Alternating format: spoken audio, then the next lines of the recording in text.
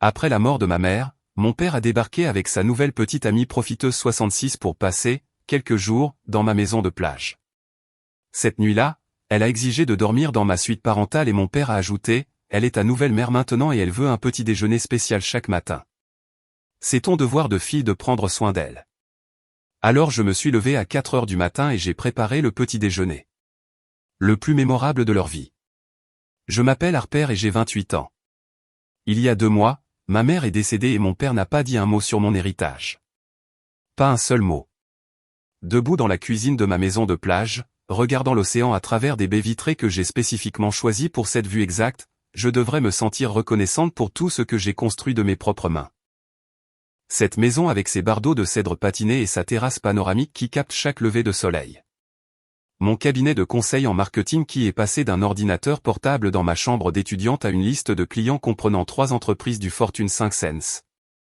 La vie que je me suis façonnée sans un sou de mes parents, me prouvant à moi-même plus qu'à quiconque que je pouvais y arriver selon mes propres termes. Mais au lieu de cela, je ressens ce vide lancinant là où des réponses devraient se trouver, comme une dent qu'on a arrachée, mais dont la douleur fantôme persiste, vous rappelant constamment que quelque chose d'essentiel manque. La boîte à bijoux de maman est sur sa coiffeuse à l'étage de leur maison, celle en acajou avec les compartiments doublés de velours qu'elle me laissait explorer quand j'étais enfant. Papa a gardé leur maison exactement pareil après les funérailles, jusqu'à ses lunettes de lecture sur la table de nuit, toujours pliées à la page qu'elle n'a jamais fini de lire. Sa tasse de café reste dans l'évier, avec la tache de rouge à lèvres et tout, comme s'il avait peur que la laver l'efface entièrement. Mais ces boucles d'oreilles en diamant qu'elle m'avait promises pour mes 16 ans, celle qui captait la lumière chaque dimanche à l'église, le bracelet tennis qui appartenait à grand-mère et l'année avec son motif art déco complexe qui racontait des histoires d'une époque plus élégante, tout a disparu, volatilisé comme s'il n'avait jamais existé. D'où nous regardez-vous aujourd'hui? Laissez votre localisation dans les commentaires ci-dessous et cliquez sur les boutons j'aime et s'abonner si vous vous êtes déjà senti oublié par votre propre famille. Vous voudrez certainement rester pour voir ce qui s'est passé ensuite. Chaque fois que j'appelle papa, il a l'air bien. Trop bien. Comme un homme lisant un script intitulé « Comment avoir l'air de faire son deuil de manière appropriée ». Je voyage juste, ma chérie. J'essaie de tout digérer. Sa voix n'a aucune des cassures que j'attendrais de quelqu'un qui vient de perdre sa partenaire de vie. Au lieu de cela, il y a quelque chose de presque léger sous ces mots, une légèreté qui me donne la chair de poule. Il a vendu son magasin d'articles de sport à son directeur, Greg, quelque chose dont il parlait depuis des années mais qu'il n'avait jamais eu le courage de faire du vivant de maman. Elle était toujours la personne pragmatique, la voix de la raison qui l'empêchait de prendre des décisions impulsives. J'ai besoin d'espace pour faire mon deuil, avait-il expliqué. Mais le deuil ne vient généralement pas avec un entrain dans la démarche et une eau de Cologne chère qui ne sent en rien le Allspice qu'il portait depuis 30 ans. Je comprends, cependant. 43 ans de mariage ne disparaissent pas du jour au lendemain. La maison qu'il partageait doit ressembler à un mausolée. Chaque coin recèle un souvenir, chaque silence résonne de conversations qu'ils n'auront plus jamais. J'ai essayé de comprendre pourquoi il avait besoin de s'échapper, de fuir la vie qu'ils avaient construite ensemble. Maman a hérité de cette maison au bord du lac de grand-mère et l'année, ainsi que d'investissements substantiels dont papa ne semblait jamais se soucier auparavant. Il levait les yeux au ciel chaque fois que maman mentionnait les soldes de portefeuille ou les impôts fonciers, prétendant que la planification financière était une affaire de femme. La collection de bijoux à elle seule valait plus que la totalité de mes frais de scolarité universitaire. Des pièces qui étaient dans notre famille depuis des générations, chacune portant les histoires des femmes fortes qui les avaient portées avant. Mais poser des questions sur l'argent 2 mois après l'avoir perdu me semblait déplacé, sans cœur, même comme si j'étais un vautour qui tournait en rond, attendant ma part du carnage. Alors je suis restée silencieuse, me convainquant que papa s'occuperait des choses quand il serait prêt, que le deuil avance à son propre rythme, suit son propre calendrier.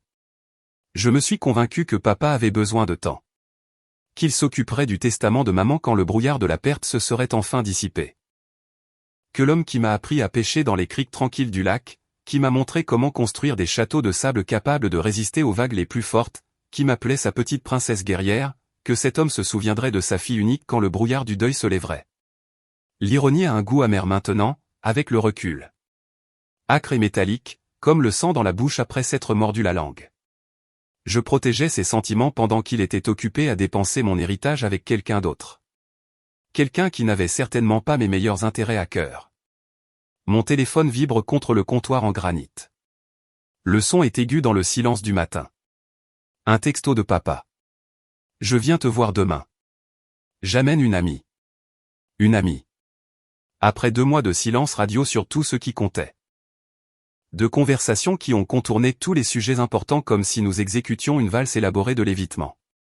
Il amène une amie dans mon sanctuaire. La maison de plage que j'ai achetée à 25 ans avec l'argent que j'avais économisé grâce à 3 boulots d'appoint et une promotion pour laquelle j'avais travaillé 80 heures par semaine. Cet endroit était ma preuve pour lui, pour maman, pour moi-même, que je n'avais pas besoin de leur argent pour construire quelque chose de beau. La maison est sur une falaise surplombant le Pacifique. Assez proche pour entendre les vagues, mais assez haute pour éviter les foules de touristes qui inondent les plages chaque été. J'ai choisi cet emplacement spécifiquement pour son intimité, pour la façon dont la lumière du matin traverse les fenêtres de ma chambre et peint tout en or. C'est mon refuge, mon espace créatif, mon rappel que je suis capable de plus que ce que quiconque n'a jamais attendu de moi. Je pose le téléphone et sors sur ma terrasse. L'air salin remplit mes poumons de cette douceur saumâtre qui me recentre toujours. L'océan s'étend, infini et gris vert sous un ciel couvert. Les vagues déferlent avec un rythme régulier qui apaise habituellement mon anxiété. Mais aujourd'hui, quelque chose semble différent. Menaçant. Demain, j'apprendrai exactement quel genre d'ami réconforte un veuf éploré. Quelque chose me dit que je ne vais pas aimer la réponse. Quelque chose me dit que cet ami a fait plus que simplement offrir une épaule sur laquelle pleurer. Les vagues se brisent sur le rivage en contrebas, et je ne peux pas me défaire du sentiment que tout est sur le point de changer, que la distance prudente que j'ai maintenue, le silence respectueux que j'ai offert, le bénéfice du doute que j'ai accordé, que tout cela est sur le point de se révéler, au mieux naïf, au pire stupide. Maman disait toujours, fais confiance à ton instinct. Quand quelque chose te semble étrange, Harper, ça l'est généralement. Ne laisse pas la politesse l'emporter sur tes instincts. En ce moment, le mien crie que la visite surprise de papa n'est pas pour passer du temps de qualité père-fille. C'est pour toute autre chose. Quelque chose qui va nécessiter chaque once de force que j'ai hérité des femmes qui m'ont précédé. Le vent se lève, apportant l'odeur de la pluie et autre chose. Le changement, peut-être. Ou peut-être que c'est juste ma paranoïa qui parle. Quoi qu'il en soit, je devrais probablement me préparer au pire tout en espérant le meilleur. C'est une compétence que j'ai apprise tôt dans la vie, et j'ai le sentiment que je vais en avoir à nouveau besoin. Je regarde par la fenêtre de devant lorsque la BMW de papa entre dans mon allée à 11 heures précises.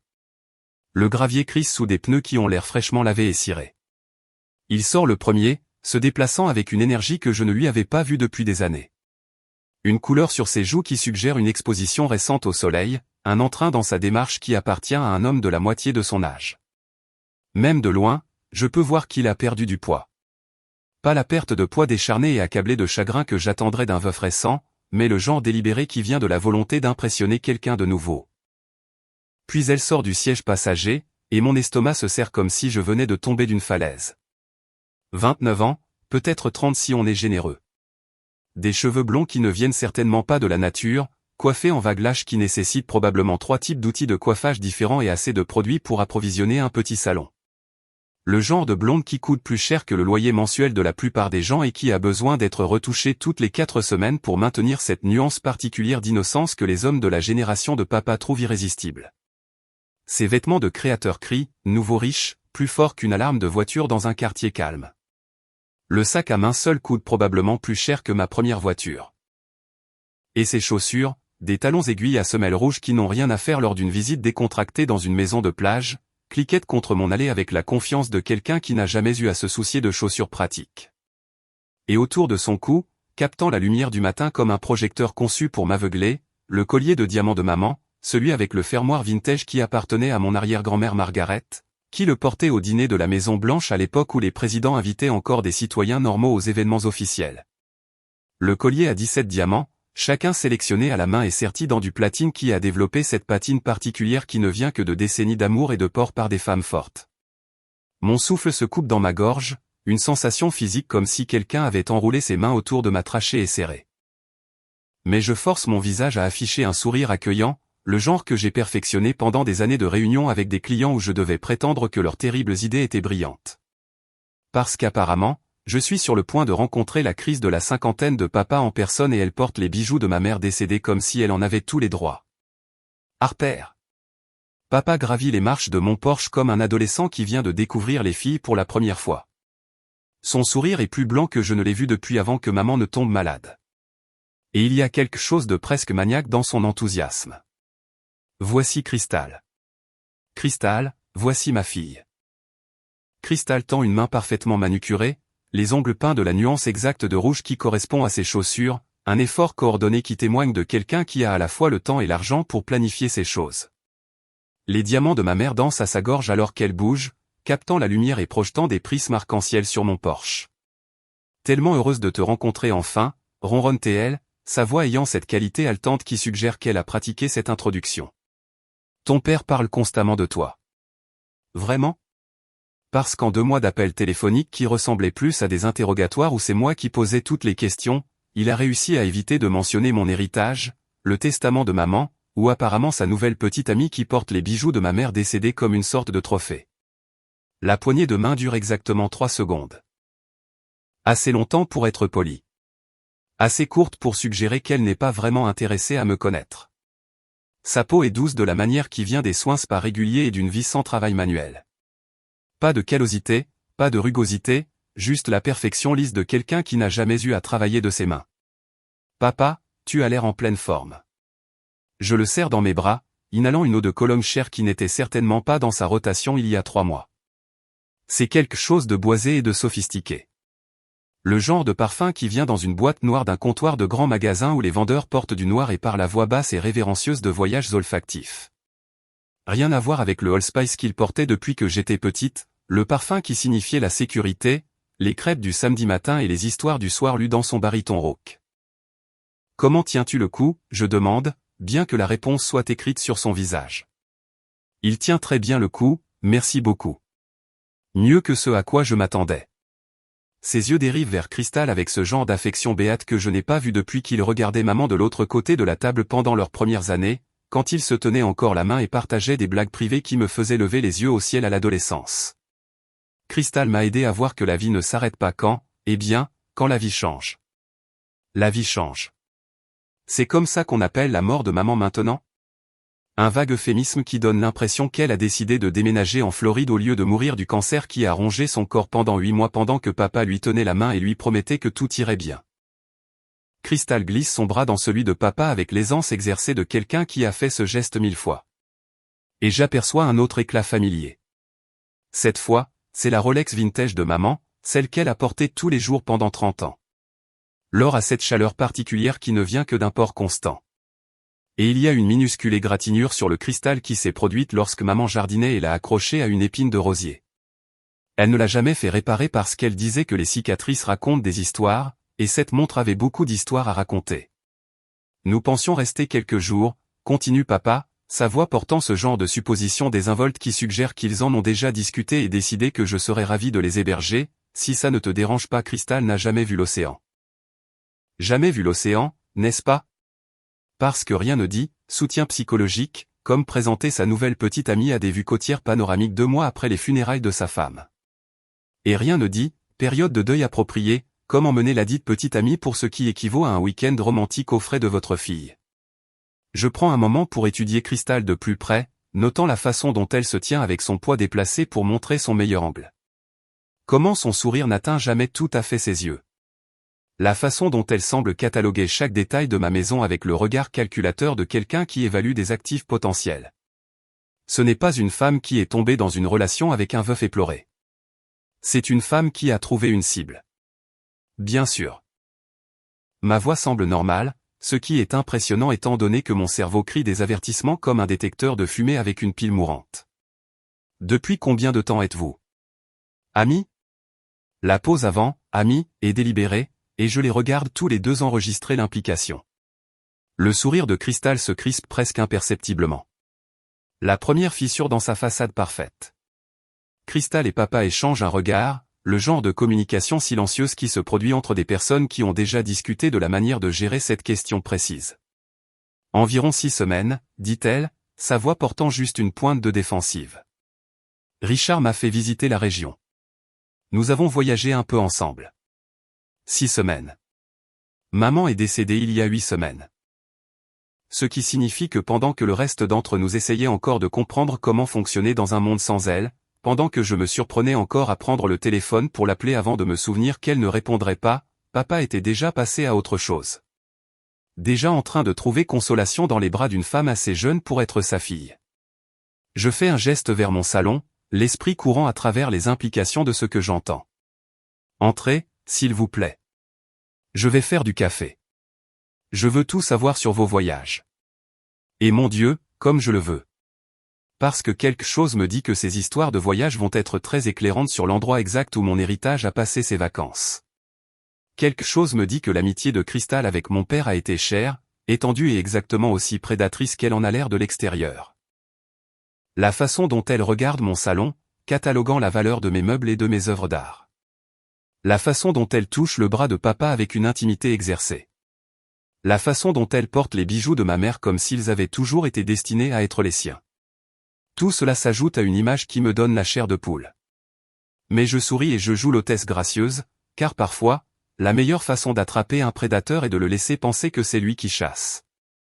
Nous nous installons dans mon salon et j'observe la performance de Cristal avec le genre de fascination habituellement réservé aux documentaires sur les animaux prédateurs. Elle gravite immédiatement vers le fauteuil d'angle qui reçoit la meilleure lumière naturelle, s'orientant de manière à ce que le soleil du matin mette en valeur le blond de ses cheveux et crée un effet de halo doux autour de son visage. Chaque mouvement est calculé, délibéré. Elle pose plus qu'elle ne s'assoit, comme quelqu'un habitué à être photographié, ou du moins à être observé par des hommes facilement impressionnés par la beauté superficielle. Papa observe chacun de ses mouvements avec l'intensité d'un homme de la moitié de son âge découvrant l'attirance pour la première fois. Il est douloureux d'assister à cette transformation complète de l'homme stable et pragmatique qui m'a élevé en quelqu'un que je reconnais à peine. Ses pupilles sont légèrement dilatées, sa posture plus droite, ses mains agitées de la manière qui suggère qu'il est nerveux à l'idée de l'impressionner. C'est comme regarder un adolescent essayer d'attirer l'attention de la fille populaire. Sauf que l'adolescent est mon père de 64 ans, et la fille populaire porte les bijoux de ma mère décédée. Alors, parlez-moi de ces voyages, dis-je, en posant un plateau de café et de pâtisserie sur la table basse.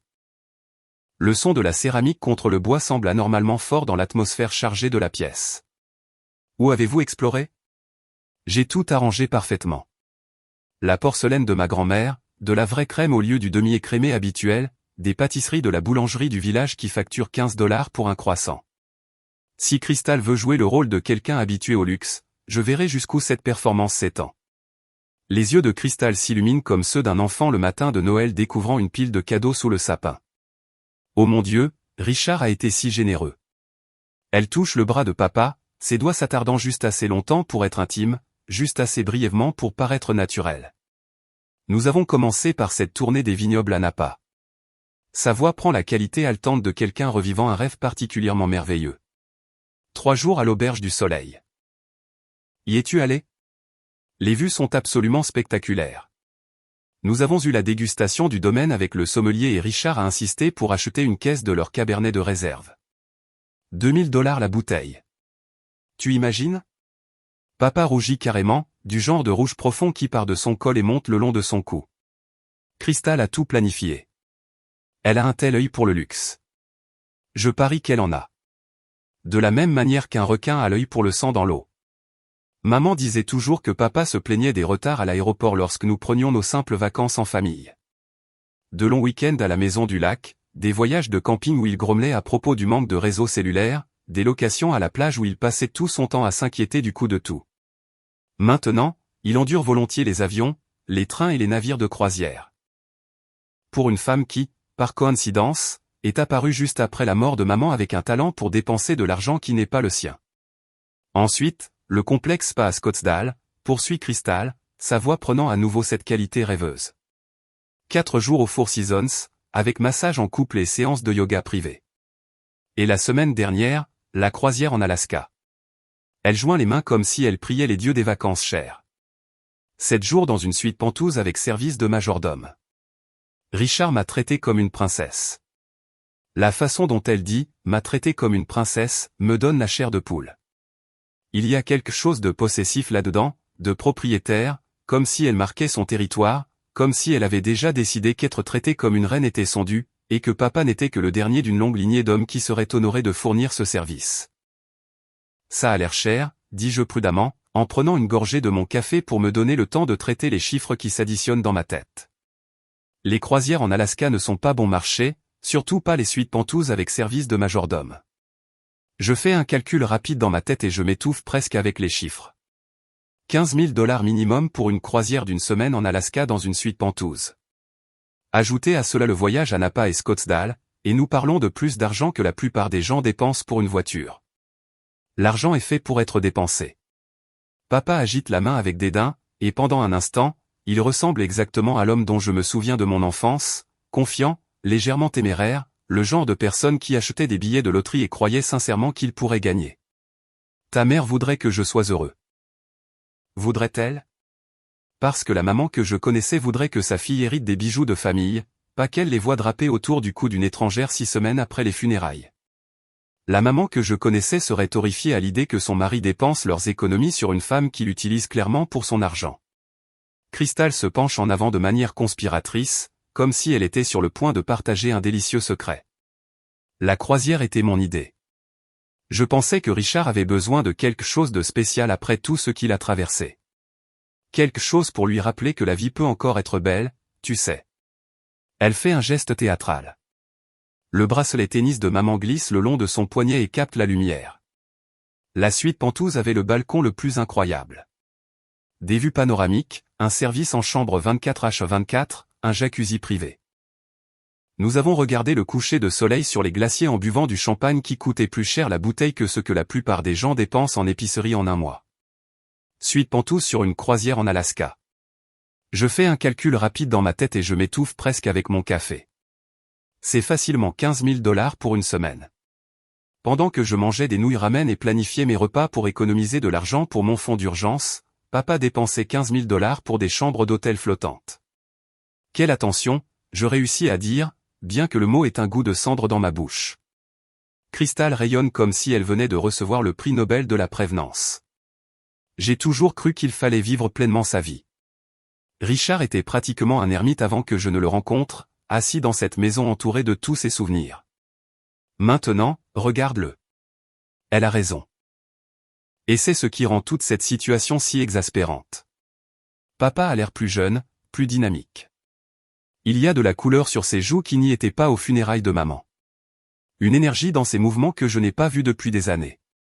Il porte aussi une nouvelle montre en or que je n'ai jamais vue auparavant. Quelque chose d'élégant et de cher qui coûte probablement plus cher que mon paiement hypothécaire mensuel. Ses chaussures sont en cuir italien, douces et souples de la manière qui ne vient que d'un savoir-faire qui se facture à l'heure. Mais sous les améliorations évidentes, il y a quelque chose de creux dans sa transformation, comme s'il jouait un rôle au lieu de vivre réellement sa vie.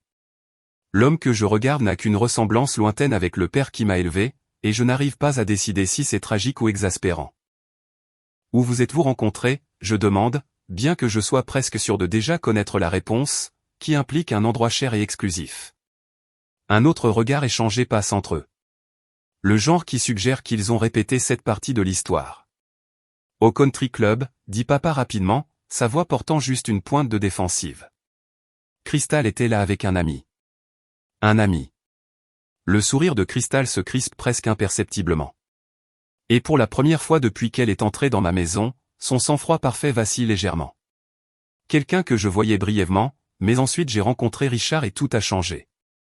La façon dont elle dit « tout a changé » suggère que rencontrer Richard représentait plus qu'un simple éveil romantique. Cela représentait une opportunité, une chance de passer de l'ami qu'elle voyait auparavant à quelqu'un avec des poches plus profondes et moins de défense. Je hoche la tête, archivant chaque détail comme une preuve dans un dossier que je monte contre elle dans ma tête. Crystal sortait avec quelqu'un d'autre au country club. Quelqu'un d'autre avec de l'argent, probablement, puisque les adhésions au country club ne sont pas bon marché. Mais ensuite, papa est arrivé. Le deuil frais le rendant vulnérable. La solitude le rendant désespéré de connexion. Et soudain, elle a découvert le véritable amour. Quelle commodité. C'est tellement romantique, je mens. Les mots ont un goût amer sur ma langue. Ça doit être agréable d'avoir quelqu'un avec qui partager de nouvelles expériences. Richard m'a tellement appris sur la vie, dit Crystal, bien que quelque chose dans son ton suggère qu'elle a elle-même beaucoup enseigné. Sur les restaurants chers où les entrées coûtent plus cher que les repas entiers de la plupart des gens. Les hôtels de luxe où le nombre de fils est discuté comme des portefeuilles d'actions et, apparemment, l'art subtil de séparer un veuf éploré de son bon sens et de la collection de bijoux de sa femme décédée. Le téléphone de papa vibre contre la table basse et il y jette un coup d'œil avec le genre d'agacement léger habituellement réservé aux télévendeurs et aux vendeurs à domicile.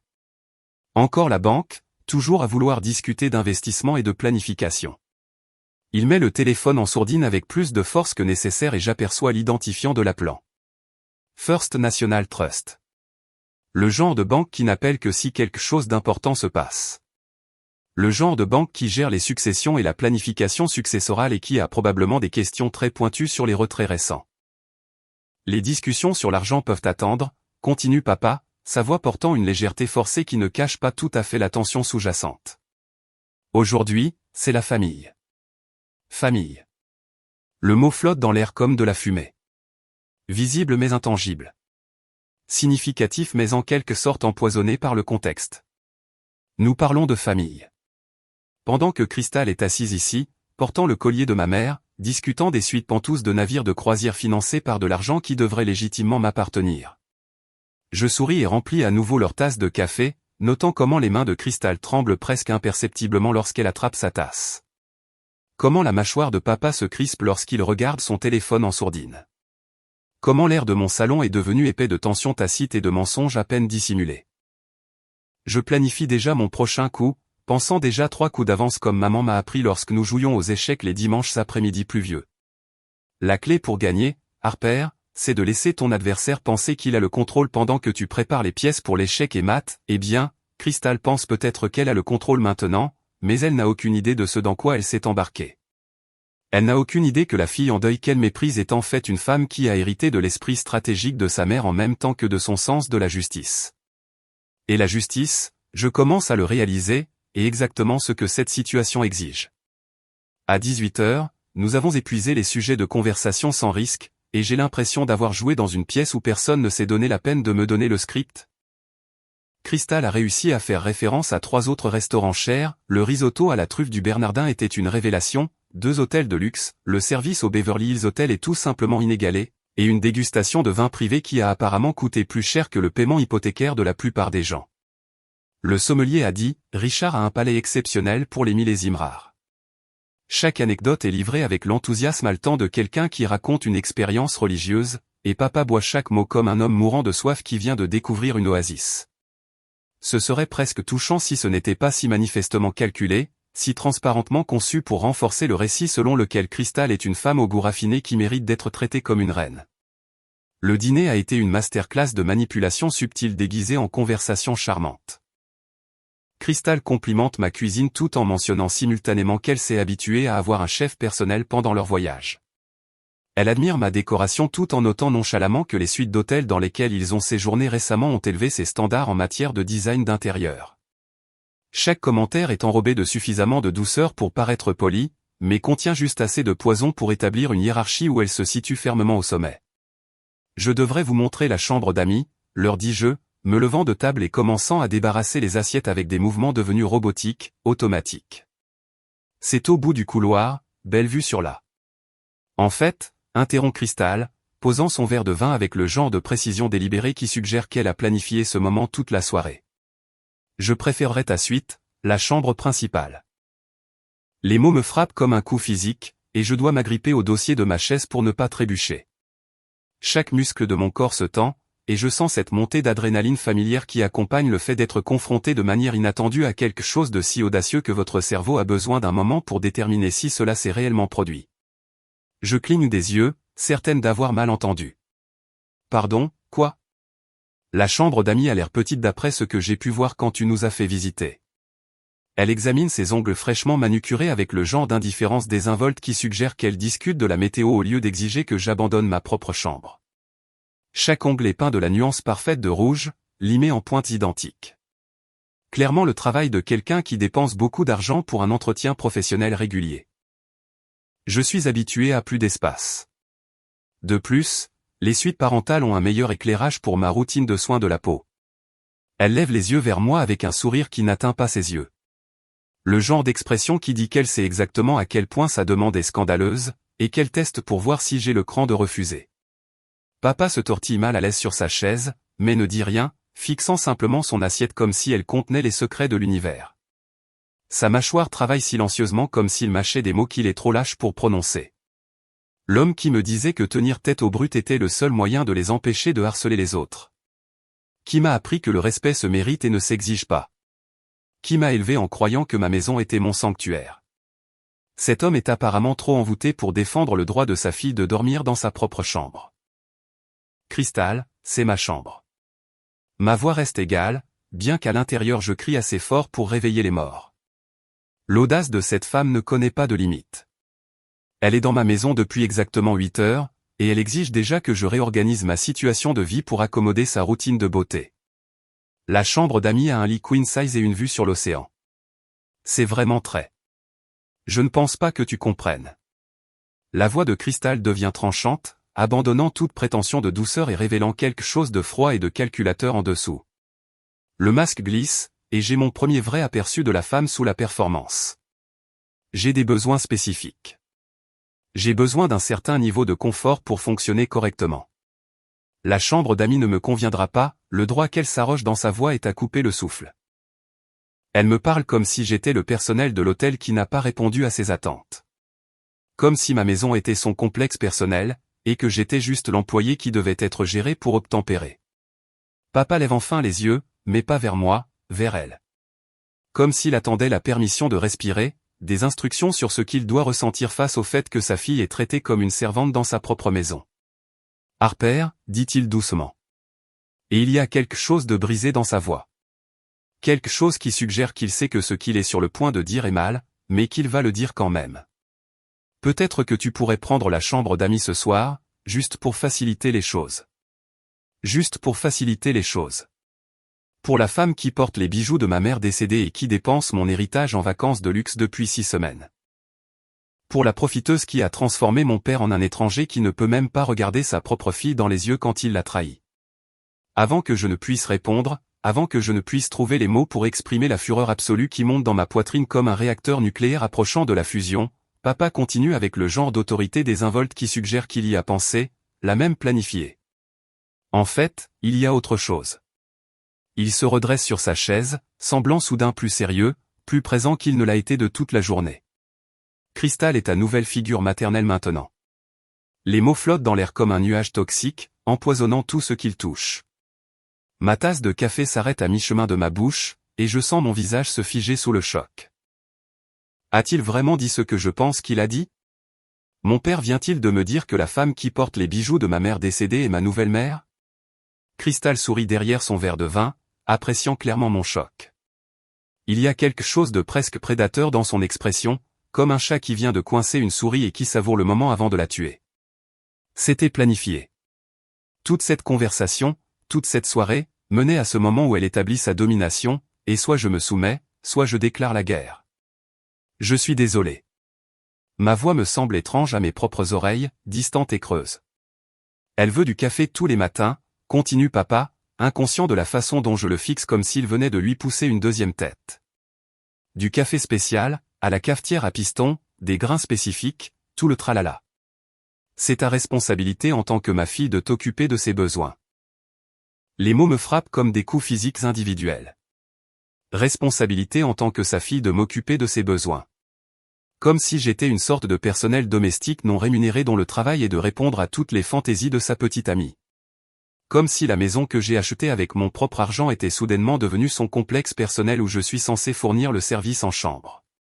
Papa me regarde avec une attente de conformité, comme s'il m'avait demandé de passer le sel au lieu de céder ma chambre à sa petite amie profiteuse et de devenir sa barista personnelle. Il y a quelque chose de presque robotique dans son expression, comme s'il avait été programmé pour dire ces phrases sans vraiment réfléchir à ce qu'elles signifient. Ma responsabilité, je répète lentement, goûtant chaque mot comme s'il s'agissait d'une langue étrangère que j'essaie d'apprendre. C'est ce que fait la famille, dit papa. Et il y a une note de pharisaïsme dans sa voix qui fait bouillir mon sang. On prend soin les uns des autres. Prendre soin les uns des autres. Comme la façon dont il a pris soin de moi en ne mentionnant pas mon héritage pendant 2 mois. Comme la façon dont il a pris soin de la mémoire de maman en mettant ses bijoux au cou de sa nouvelle petite amie avant même que son corps ne soit froid. Comme la façon dont il prend soin de moi maintenant en exigeant que je devienne une servante dans ma propre maison. L'hypocrisie est si stupéfiante que pendant un instant, je ne peux pas parler. Tout ce que je peux faire, c'est rester là à ramasser les assiettes du dîner avec des mains qui tremblent d'une rage à peine contenue, essayant de digérer le fait que mon père vient de me demander de céder ma chambre et ma dignité à une femme qui l'utilise clairement pour son argent. Je me lève lentement, ramassant les assiettes du dîner avec des mouvements qui semblent mécaniques, robotiques. Si je bouge trop vite, si je me laisse ressentir toute la force de ce qui vient de se passer, je vais dire quelque chose qui ne pourra pas être retiré. Je vais exploser avec toute la fureur que j'ai soigneusement contenue depuis la mort de maman. Depuis que papa a commencé à agir comme un étranger, depuis que Crystal est entrée dans ma maison en portant les bijoux de ma mère comme si elle en était la propriétaire. Bien sûr, papa. Les mots ont un goût de poison, mais je les force à sortir avec un sourire qui ressemble probablement plus à une grimace. Je prendrai la chambre d'amis. Crystal ronronne pratiquement de satisfaction, comme un chat à qui on vient d'offrir un bol de crème. Merci, Harper. Je savais que tu comprendrais. Elle s'adosse à sa chaise avec le genre de satisfaction langoureuse qui vient de la victoire d'une bataille que l'on ne pensait jamais pouvoir perdre. Oh, et je prends mon café de manière très spécifique. Cafetière à piston, torréfaction blonde, lait d'avoine, 2 sucres, pas d'édulcorants artificiels. Il me donne des migraines. La spécificité de sa commande de café est presque insultante dans sa complexité. Pas seulement du café, mais un type particulier de café préparé d'une manière particulière avec des ingrédients particuliers. Comme si elle testait pour voir jusqu'où elle peut me pousser avant que je ne craque. Compris. Je souris gentiment. Le genre de sourire qui a probablement l'air plus menaçant qu'amical. Autre chose ?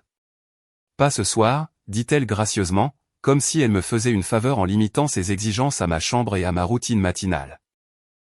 Mais demain, peut-être que tu pourrais me faire visiter la ville. J'adorerais voir les boutiques locales.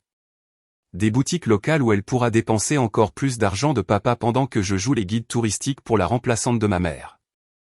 Où elle pourra continuer le style de vie luxueux auquel elle s'est habituée au cours des 6 dernières semaines, financé par l'argent de l'héritage qui m'appartient de droit. Je serais ravi. Je mens doucement, bien que les mots me restent en travers de la gorge comme du beurre de cacahuète. Ça sera amusant. Alors qu'ils disparaissent à l'étage dans ma chambre, les talons de cristal claquant contre mon parquet comme un compte à rebours, je commence à planifier, car si Crystal veut un café spécial demain matin, elle va certainement l'avoir, mais pas du genre qu'elle attend, et certainement pas servi avec le genre d'hospitalité auquel elle pense avoir droit. J'ai exactement 8 heures pour trouver comment reprendre le contrôle de cette situation. 8 heures pour planifier ma contre-attaque contre une femme qui pense clairement qu'elle a déjà gagné. 8 heures pour prouver qu'elle s'est trompée de famille à manipuler. Crystal pense savoir à qui elle a affaire. Elle pense que je suis une fille facile à vivre qui va se laisser faire pendant qu'elle démantèle ma famille et dépense mon héritage. Elle est sur le point d'apprendre à quel point elle a tort. 4 heures du matin arrivent tôt, mais je suis réveillé depuis 2 heures, allongé dans ma propre chambre d'amis comme une réfugiée dans ma propre maison. Les draps sentent mauvais, trop d'adoucissant, pas assez du spray à la lavande que j'utilise habituellement. Les oreillers ne sont pas à la bonne hauteur, le matelas est trop mou, et chaque fois que je ferme les yeux, je vois le visage suffisant de Crystal alors qu'elle s'installait dans ma chambre comme si elle y appartenait. J'ai regardé le plafond, écouté les vagues et fait des listes mentales de tout ce qui ne colle pas dans l'idylle éclair de Crystal et papa. La chronologie qui situe leur rencontre de manière suspecte peu de temps après les funérailles de maman. Les goûts de luxe qui coïncident avec les nouvelles habitudes de dépenses de papa. La façon dont elle le touche comme si elle le possédait. Regarde ma maison comme si elle l'évaluait pour une vente future. Mais surtout, j'ai pensé à maman. À la façon dont elle planifiait tout avec 3 coups d'avance, comme si elle jouait aux échecs pendant que tout le monde jouait aux dames. L'information, c'est le pouvoir, Harper. Elle me le disait quand j'avais des problèmes avec les filles méchantes au lycée. Découvre ce que les gens ne veulent pas que tu saches, et tu comprendras exactement qui ils sont vraiment. Je me glisse dans ma cuisine et allume mon ordinateur portable, les doigts planant au-dessus du clavier alors que l'écran projette une lumière bleue sur mon visage. La maison est silencieuse, à l'exception du rythme constant des vagues contre le rivage et du craquement occasionnel du vieux bois qui se tasse. Quelque part à l'étage, Crystal dort dans mon lit, portant probablement une de ces chemises de nuit en soie coûteuse qui coûtent plus cher que le budget d'épicerie hebdomadaire de la plupart des gens. Notre famille a toujours maintenu un compte joint pour les urgences. Papa y a insisté il y a des années, lorsque maman a commencé à être malade et qu'il s'inquiétait de ce qui se passerait si quelque chose arrivait à l'un d'eux. Au cas où, avait-il dit, pour que les factures puissent encore être payées si je ne suis pas là pour m'en occuper. Maman pensait que c'était une planification intelligente. Je pensais que c'était de la paranoïa. Maintenant, je pense que cela pourrait être la clé de tout. L'écran de connexion apparaît et je tape des identifiants que je n'ai pas utilisés depuis plus d'1 an. Le nom d'utilisateur est toujours les initiales de papa plus l'anniversaire de maman. Romantique à sa manière, bien que Crystal ne connaisse probablement pas la signification de ces chiffres. Je retiens mon souffle jusqu'à ce que le compte se charge, m'attendant à voir le solde familier qui est stable depuis des années. Au lieu de cela, je vois des chiffres qui me font cligner des yeux 2 fois, puis vérifier le numéro de compte pour m'assurer que je regarde au bon endroit. 60 000 $ de moins qu'il ne devrait y en avoir. 60 000 $ qui ont disparu en l'espace de 8 semaines, dépensés pour on ne sait quoi. Pendant que je restais respectueusement en dehors des affaires financières de papa. Je fais défiler les transactions récentes.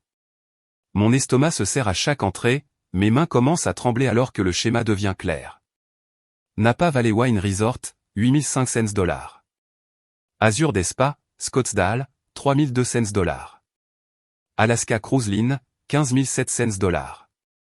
Quartier Beverly Hills, 4100 $.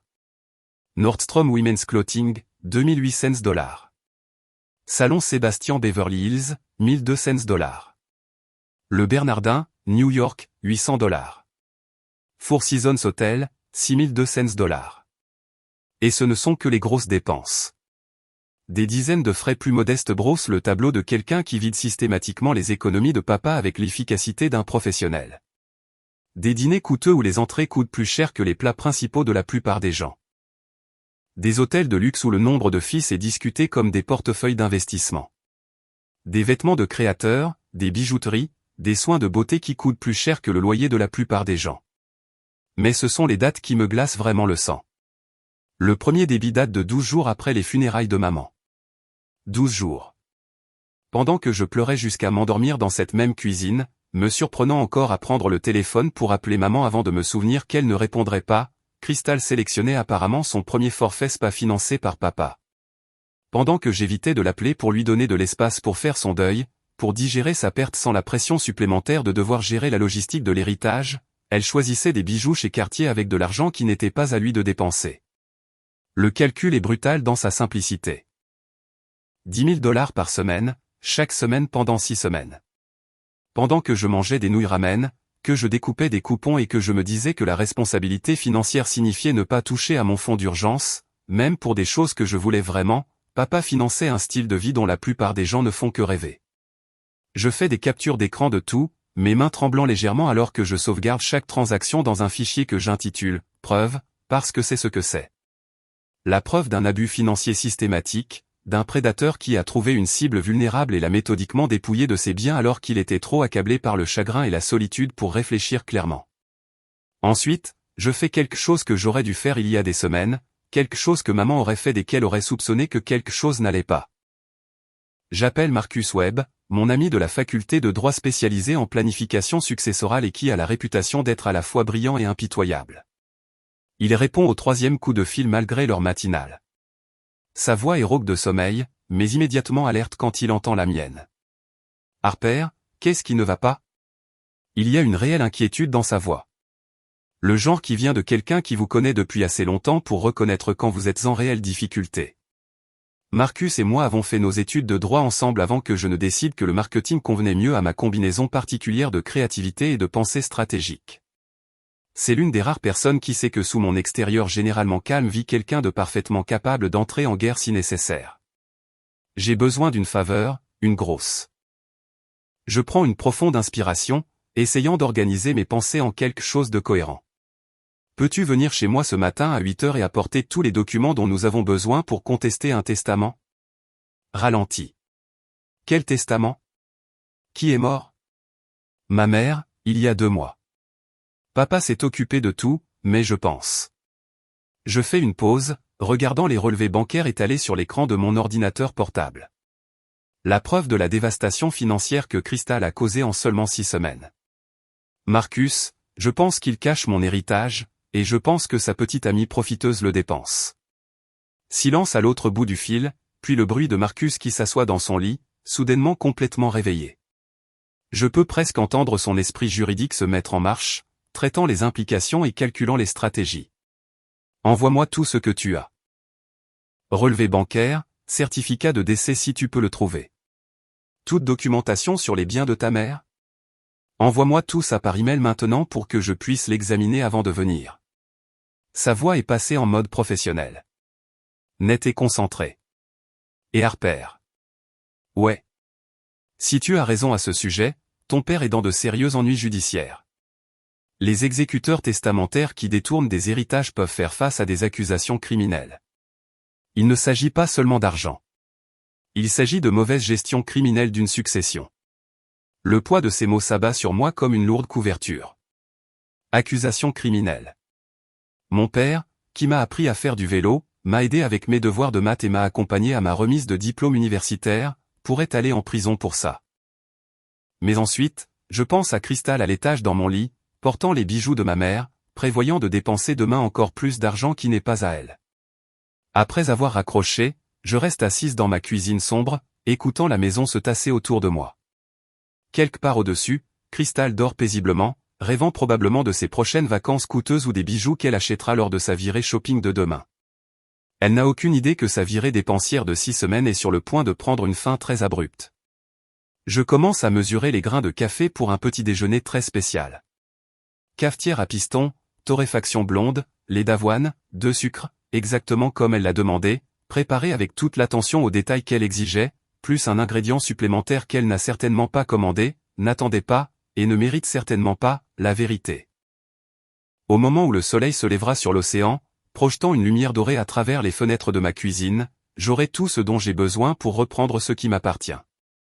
Et Crystal découvrira que la fille en deuil qu'elle a méprisée comme une mauviette est en fait une femme qui a hérité de plus que les simples bijoux de sa mère.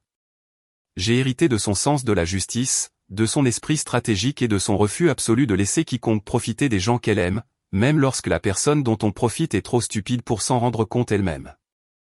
5h30 du matin me trouve en pleine préparation, me déplaçant dans ma cuisine avec le genre d'intensité concentrée habituellement réservé aux opérations militaires ou aux présentations d'affaires à enjeux élevés. Je dresse la table de la salle à manger pour 5 personnes, plaçant les places habituelles de Crystal et de Papa à une extrémité, où ils seront assis directement en face des chaises supplémentaires, positionnées pour un impact psychologique maximal.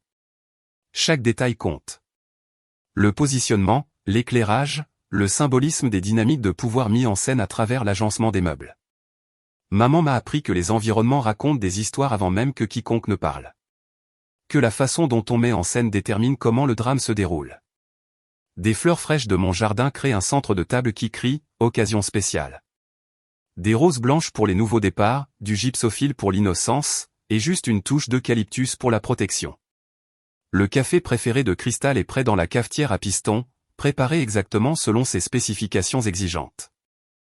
J'ai même trouvé les serviettes en tissu de ma grand-mère et ma meilleure porcelaine, le service que maman m'a donné lorsque j'ai acheté ma première maison. Parce que si nous allons faire ça, nous allons le faire avec le genre de style et de grâce qui sépare les gens civilisés des animaux.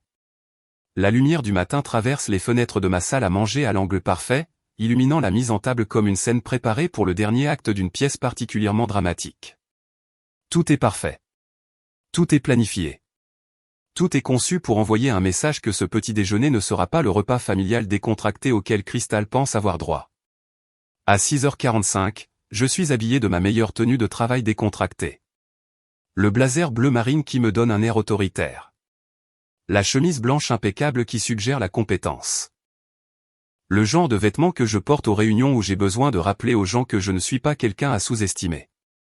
Mes cheveux sont attachés en une coiffure professionnelle mais pas sévère. Le maquillage est subtil mais impeccable. Je veux avoir l'air complètement en contrôle pour ce qui va se passer, comme quelqu'un qui a 3 coups d'avance sur tout le monde dans la pièce. Le bruit de pas dans l'escalier fait battre mon cœur, mais pas d'anxiété. D'anticipation, avec le genre d'excitation électrique qui vient de savoir que l'on est sur le point de voir un plan soigneusement construit se dérouler avec une précision d'horloger. Papa apparaît le premier, l'air confus devant la table dressée de manière élaborée, les cheveux encore ébouriffés par le sommeil, portant le genre de pyjama coûteux qui n'était certainement pas dans sa garde-robe il y a 3 mois. Il se déplace lentement, comme quelqu'un qui n'est pas encore tout à fait réveillé, observant la disposition formelle de la salle à manger avec l'expression déconcertée d'un homme qui ne comprend pas pourquoi sa fille s'est soudainement transformée en Martha Stewart. Crystal suit dans une robe de chambre en soie qui coûte probablement plus cher que le loyer mensuel de la plupart des gens. Le genre de vêtements qui nécessite un lavage à la main et dont les instructions d'entretien sont écrites en 3 langues. Les boucles d'oreilles en diamant de maman sont déjà en place, captant la lumière du matin et projetant des prismes arc-en-ciel sur les murs de ma salle à manger. Même fraîchement sortie du lit, son maquillage est parfait. Ses cheveux sont arrangés en vagues artistiques qui suggèrent qu'elle a soit dormi assise, soit s'est levée 1 heure plus tôt pour se préparer à sa grande entrée. Crystal examine la scène avec un plaisir évident, comme une reine examinant un tribut qui a été déposé pour son approbation. Voilà qui est mieux. Je me demandais quand tu commencerais à faire un effort approprié. La satisfaction dans sa voix est indubitable. Elle pense que ce petit déjeuner élaboré est la preuve que j'ai accepté mon nouveau rôle de servante personnelle, que j'ai intériorisé la hiérarchie qu'elle a établie la nuit dernière, et que je démontre maintenant ma soumission par des actes de service domestique. Elle s'installe sur sa chaise comme si elle acceptait un trône, arrangeant sa robe de chambre avec une élégance exercée, se positionnant pour capter la meilleure lumière des fenêtres. Chaque mouvement est calculé pour projeter une image de quelqu'un qui mérite d'être servi, quelqu'un qui est naturellement supérieur et donc en droit d'avoir le meilleur de tout. Papa s'assoit à côté d'elle, l'air toujours perplexe, mais ne remettant pas en question la mise en place.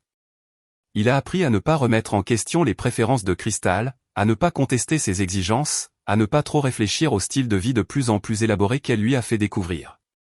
Il est plus facile de simplement suivre, de la laisser prendre les décisions, de profiter de l'attention d'une belle femme sans examiner de trop près ce que cette attention lui coûte. C'est magnifique, Harper, dit-il. Et il y a une appréciation sincère dans sa voix. Le genre de gratitude qui me serre la poitrine d'émotions contradictoires. Quelle est l'occasion?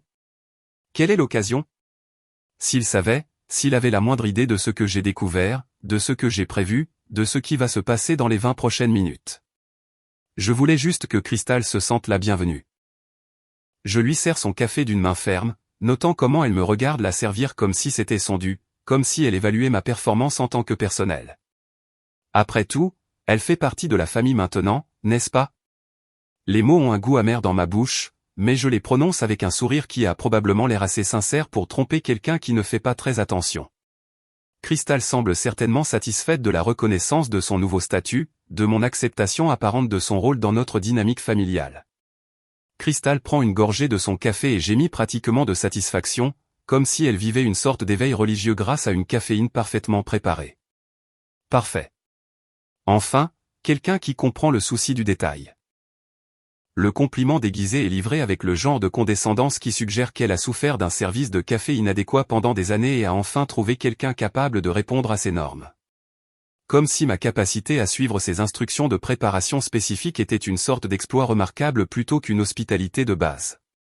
Papa attrape sa tasse habituelle, jetant un autre regard sur les chaises vides en face d'eux.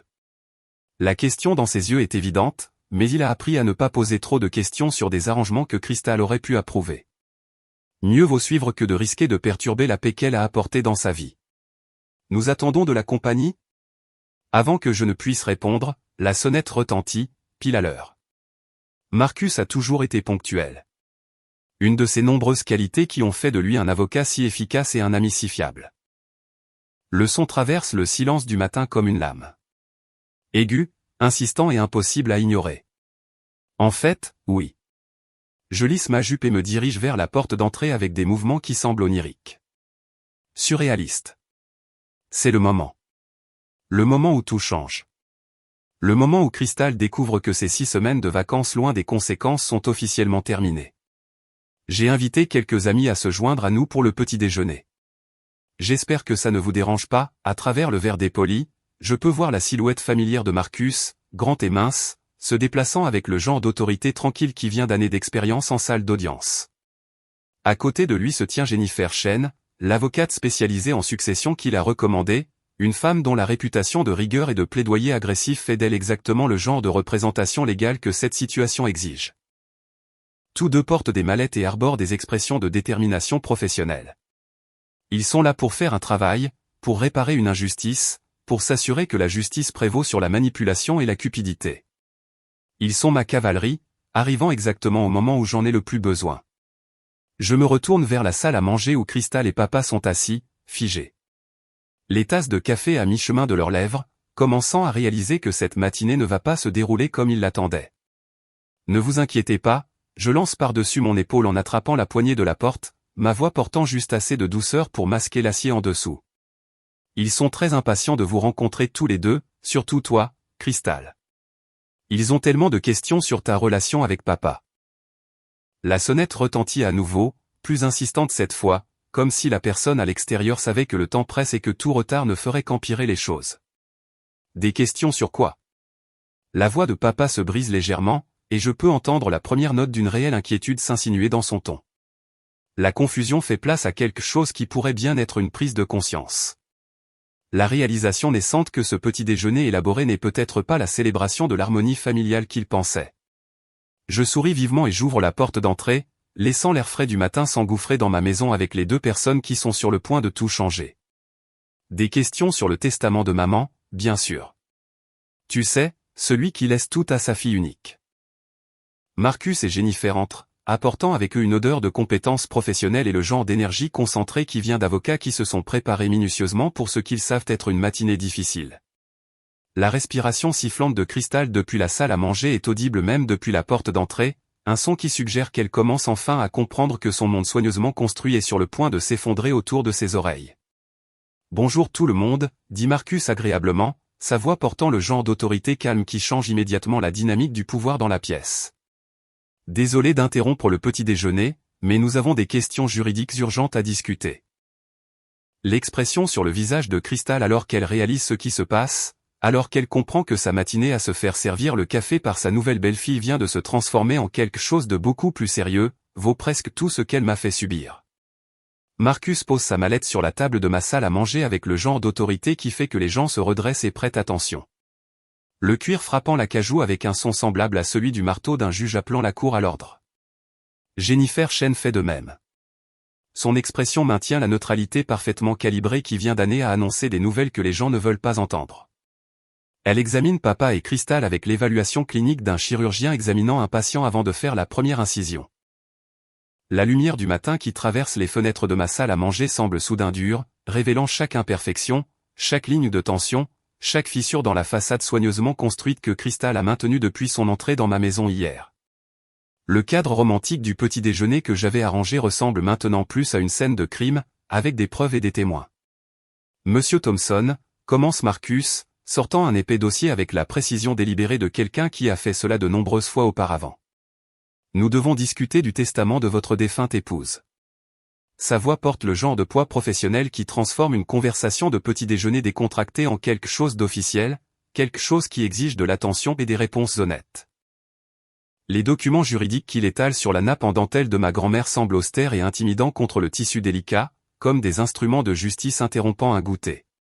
Le visage de papa pâlit, la couleur s'écoulant de ses joues si rapidement que pendant un moment, je crains qu'il ne s'évanouisse. Ses mains commencent à trembler légèrement, la tasse de café cliquetant contre sa soucoupe alors qu'il la pose avec des mouvements mal assurés. Nous nous sommes déjà occupés de ça, balbutie-t-il, sa voix manquant de la conviction qui pourrait rendre ses paroles crédibles. Tout était simple.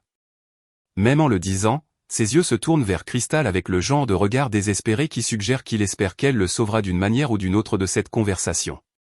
Qu'elle fera disparaître les avocats et leurs documents menaçants par la seule force de sa volonté. Vraiment? Jennifer ouvre sa propre mallette, récupérant des documents à l'aspect officiel qui portent le sceau du tribunal des successions et ont le poids de l'autorité légale derrière chaque mot. Parce que selon les archives du tribunal des successions, aucun testament n'a jamais été déposé pour Elaine Thompson. Le silence qui suit sa déclaration pourrait couper le verre. Cristal se déplace sur son siège, soudain très intéressé à examiner sa tasse de café. Plus la reine confiante tenant sa cour, mais quelqu'un essayant désespérément de devenir invisible. Les diamants autour de son cou captent la lumière du matin. Et je regarde les yeux de Jennifer se fixer sur eux avec le genre de précision laser qui suggère qu'elle sait exactement ce qu'elle regarde. Ces boucles d'oreilles sont magnifiques, dit Jennifer de manière conversationnelle, bien qu'il n'y ait rien de désinvolte dans la façon dont elle catalogue chaque bijou que porte Crystal. Des héritages familiaux. C'était à ma femme, répond papa rapidement, sa voix portant une note de défensive qui suggère qu'il sait que cette conversation se dirige vers un endroit où il ne veut pas aller. Je les ai donnés à Crystal. En cadeau. Le mot « cadeau » flotte dans l'air comme un mensonge que tout le monde peut voir, mais que personne ne veut reconnaître directement. La main de Crystal se déplace inconsciemment vers sa gorge, ses doigts effleurant le collier de ma mère avec le genre de geste possessif qui suggère qu'elle planifie déjà comment s'y accrocher. Intéressant. Marcus étale des papiers sur la table avec l'efficacité méthodique de quelqu'un qui présente des preuves à un jury, parce que ceci appartenait à l'origine à la grand-mère d'Elaney. Selon le testament qu'elle a déposé auprès de son avocat il y a 3 ans, tous les bijoux ont été spécifiquement légués à Harper. Les documents qu'il présente comprennent des photographies des bijoux, des descriptions détaillées de chaque pièce et une documentation qui retrace leur provenance sur 3 générations. C'est le genre de préparation juridique approfondie qui ne laisse aucune place à l'argumentation, aucun espace pour une interprétation créative. Le silence qui suit pourrait couper le verre. C'est le genre de silence qui se produit lorsque tout le monde dans la pièce réalise soudainement que le jeu a fondamentalement changé, que ce qui semblait être un simple petit déjeuner familial est devenu quelque chose de beaucoup plus sérieux et potentiellement dévastateur. Les mains de papa commencent à trembler visiblement maintenant, sa tasse de café cliquetant contre sa soucoupe comme des dents qui claquent. Elle a écrit un testament. Sa voix porte le genre de confusion désespérée qui vient de quelqu'un qui a été pris en flagrant délit de mensonge, mais qui n'est pas tout à fait sûr de ce que les autres personnes dans la pièce savent réellement. Il y a quelque chose de presque enfantin dans son expression, comme s'il espérait que s'il semble assez confus, les adultes dans la pièce expliqueront tout et feront disparaître les documents juridiques effrayants. Elle l'a fait, et tu en as été témoin, Richard. Ta signature est juste ici. Jennifer pointe une ligne au bas du document où la signature familière de papa apparaît à l'encre bleue à côté d'un sceau de notaire officiel, ce qui signifie que tu es pleinement conscient de son contenu. Je regarde le visage de papa s'effondrer alors que la mémoire lui revient, alors que la fiction prudente qu'il maintient depuis 2 mois s'effondre soudainement sous le poids de preuves documentées. Il le savait. Il a été témoin de la rédaction de ce testament par maman, pensant probablement qu'il n'aurait jamais à l'honorer parce qu'il mourrait le premier, parce que les hommes de sa génération supposaient toujours qu'il partirait avant leur femme. L'expression sur son visage est déchirante à sa manière. La confusion laissant place à la reconnaissance. La reconnaissance laissant place à la honte. La honte laissant place à quelque chose qui ressemble presque à un soulagement que les mensonges puissent enfin cesser. Mais sous tout cela, il y a la peur. La prise de conscience naissante que ses actions ont des conséquences qu'il n'a jamais envisagées. Qu'est-ce que ma mère m'a laissé exactement, je demande, bien que je soupçonne déjà que la réponse sera plus grande que je ne l'imaginais, plus complète que ce que papa s'est permis de se souvenir lorsqu'il était occupé à financer le style de vie de Crystal. Marcus se racle la gorge avec le genre de pause théâtrale qui suggère qu'il sait que l'information qu'il est sur le point de livrer changera fondamentalement la dynamique dans la pièce. La maison du lac et tout son contenu, la collection de bijoux, qui comprend des pièces datant de 4 générations, son portefeuille d'investissement, qui totalise environ 200 000 $. Il fait une pause, laissant ces chiffres s'imprégner avant de livrer ce que je soupçonne être le coup le plus dévastateur de tous. Étage 50% de la propriété de Thompson S. Sporting Good. La tasse de café de Crystal glisse de ses doigts, claquant contre la soucoupe avec un son de verre brisé. Le café éclabousse la nappe de ma grand-mère. Des taches sombres s'étalant sur la dentelle blanche comme du sang s'infiltrant à travers des bandages. 50%? La voix de papa est à peine un murmure. Les mots sortent étranglés et faibles. Mais j'ai vendu. Il ne peut pas finir sa phrase. Ne peut pas admettre à voix haute qu'il a vendu une entreprise qu'il ne possédait qu'à moitié. Que la transaction qu'il pensait financer son nouveau style de vie était en fait illégale depuis le début. Votre mère était une partenaire silencieuse dans l'entreprise pendant 20 ans, explique Jennifer, sa voix portant le genre d'autorité patiente de quelqu'un qui livre des faits qui ne peuvent être ni contestés ni écartés. Elle a fourni le capital initial lorsque vous avez ouvert le 2e emplacement. Légalement, la moitié du magasin appartient maintenant à Harper. Je m'adosse à ma chaise, laissant cette information s'imprégner, essayant de traiter la portée de ce que ma mère a tranquillement arrangé sans jamais me le dire. Elle n'a jamais mentionné le partenariat commercial, n'a jamais fait allusion aux investissements, n'a jamais suggéré qu'elle me protégeait systématiquement de ce genre de situation. Maman a toujours été la personne pragmatique dans la relation, celle qui planifiait les imprévus auxquels papa préférait ne pas penser. Elle le connaissait assez bien pour comprendre que le deuil pourrait le rendre vulnérable à ce genre de comportement prédateur. Alors elle a arrangé les choses pour s'assurer que sa fille serait protégée même si son mari perdait temporairement la tête. Donc les bijoux, la maison, les investissements et la moitié de l'entreprise de papa, je résume, ma voix stable malgré l'énormité de ce que j'apprends. C'est exact, confirme Marcus, puis il fait glisser une autre série de relevés bancaires sur la table. Nous avons également découvert plusieurs transactions préoccupantes sur le compte joint. 60 000 $ de dépenses non autorisées depuis le décès d'Elané. Les relevés bancaires atterrissent devant papa comme un acte d'accusation.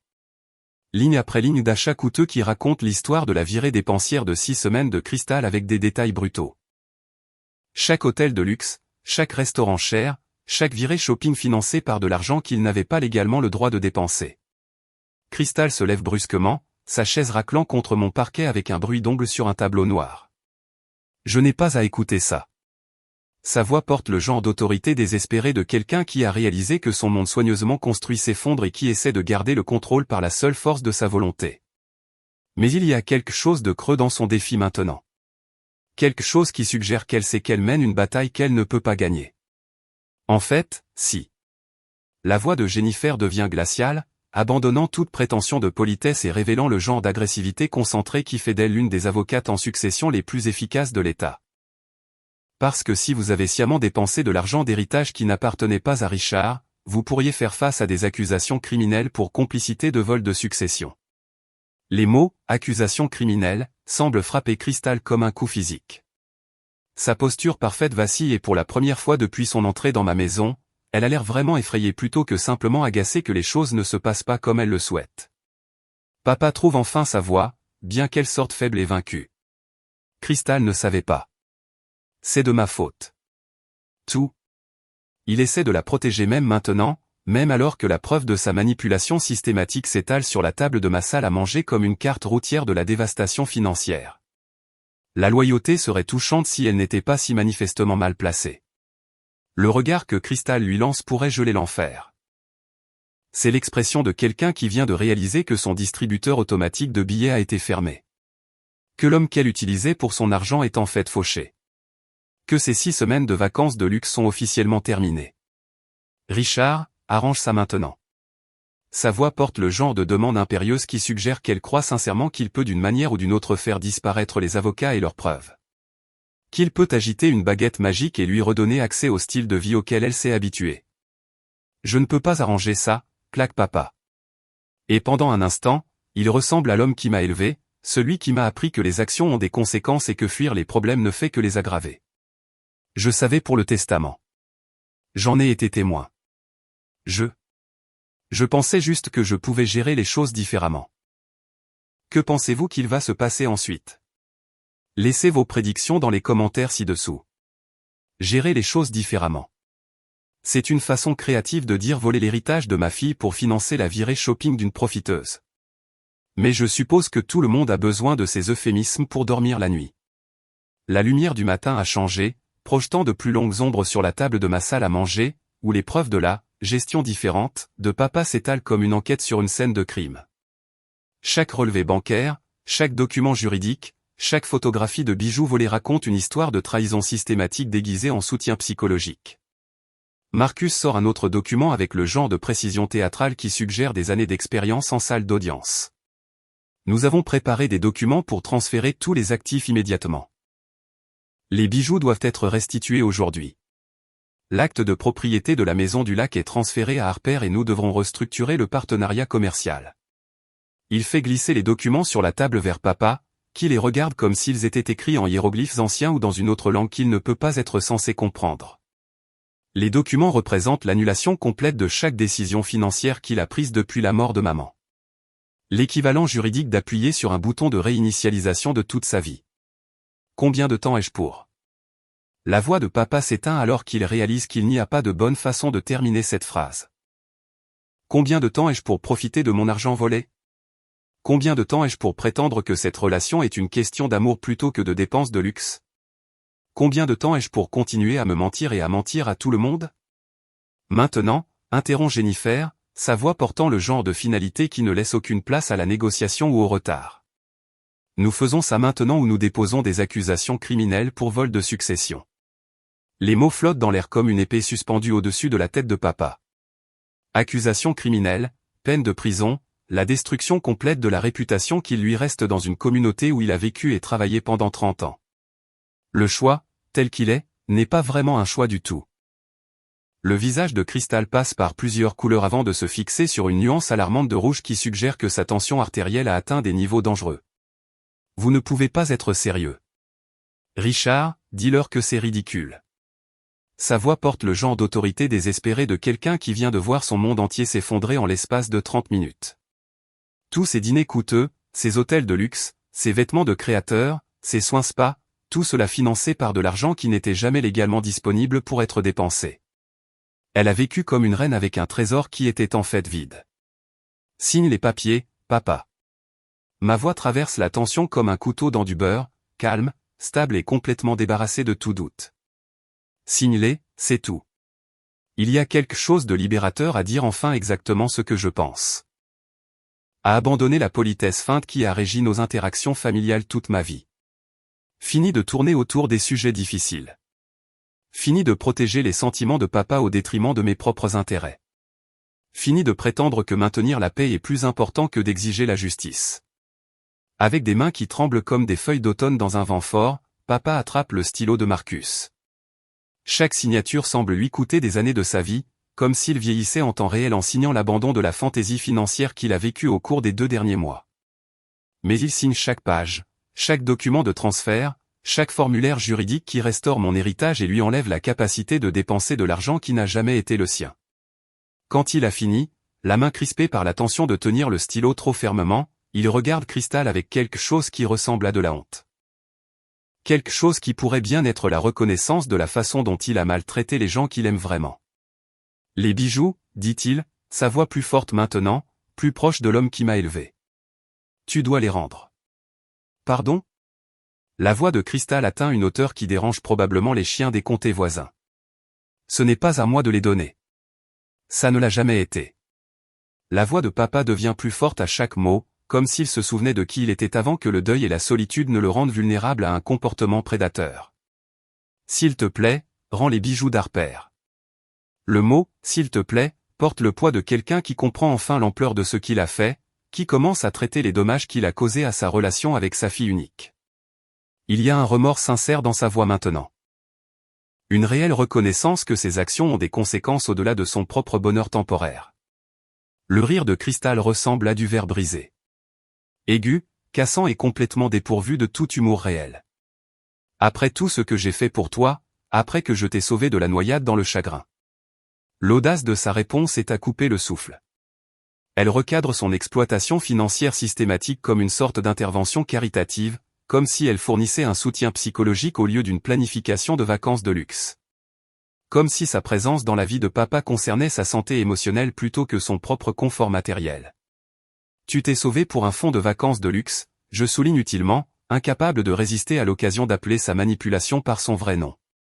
Il y a une différence. Crystal monte les escaliers en trombe avec des mouvements qui suggèrent une rage à peine contenue, ses talons claquant contre mon parquet comme un compte à rebours marquant la fin de son règne de 6 semaines en tant que maîtresse coûteuse de papa.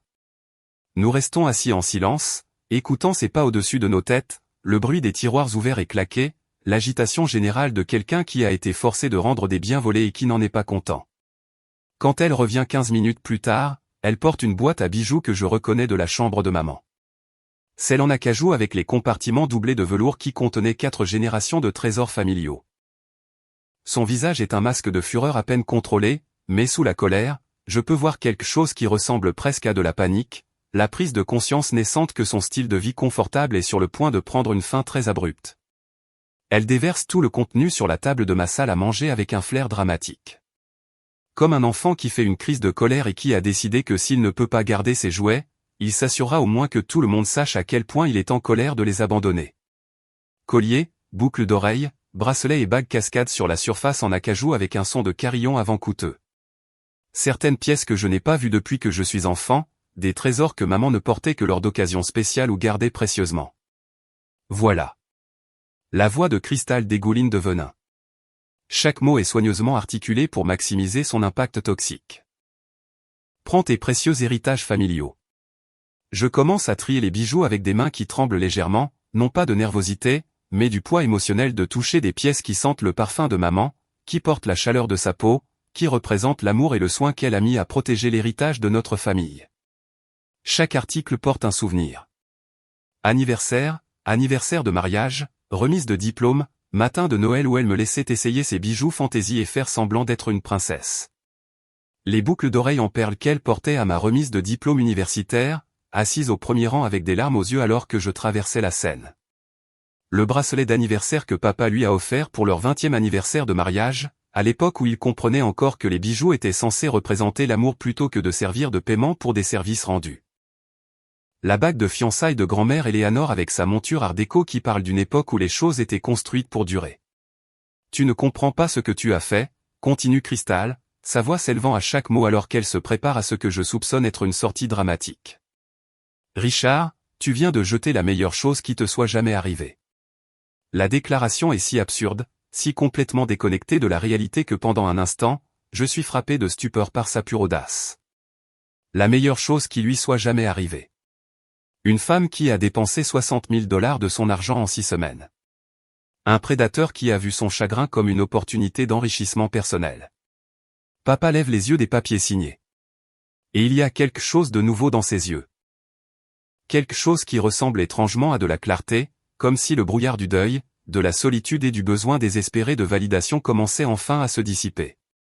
La meilleure chose qui me soit jamais arrivée, c'était 43 ans avec Élanée, dit-il doucement, et sa voix porte le poids d'une conviction sincère pour la première fois depuis que Cristal est entré dans nos vies. Étage 28 ans à voir Harper devenir une femme incroyable. Pendant un instant, j'entrevois le père dont je me souviens. L'homme qui m'a appris l'intégrité, le respect de soi et la défense des personnes que l'on aime. Ce n'est pas assez pour réparer les dommages qu'il a causés, mais c'est un début.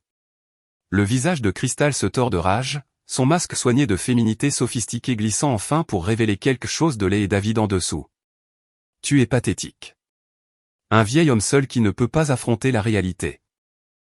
Elle attrape son sac à main de créateur avec des mouvements qui suggèrent une violence à peine contrôlée, le jetant sur son épaule comme une arme qu'elle se prépare à utiliser. Toute sa posture crie qu'elle est sur le point de faire une sortie dramatique, avec des pics finales conçus pour infliger un maximum de dommages émotionnels. Profite de ta pauvreté, Richard, dit-elle en se retournant avec un dernier sourire venimeux qui révèle exactement ce qu'elle pense vraiment de l'homme qu'elle a fait semblant d'aimer. Parce que c'est tout ce qu'il te reste maintenant. La porte d'entrée claque avec assez de force pour faire trembler les fenêtres. Le son résonne dans ma maison comme un coup de feu, marquant la fin des 6 semaines les plus chères de la vie de papa.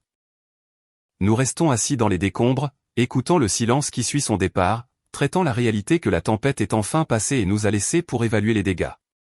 Papa la regarde fixement pendant un long moment, son visage passant par des émotions que je ne peux pas tout à fait lire.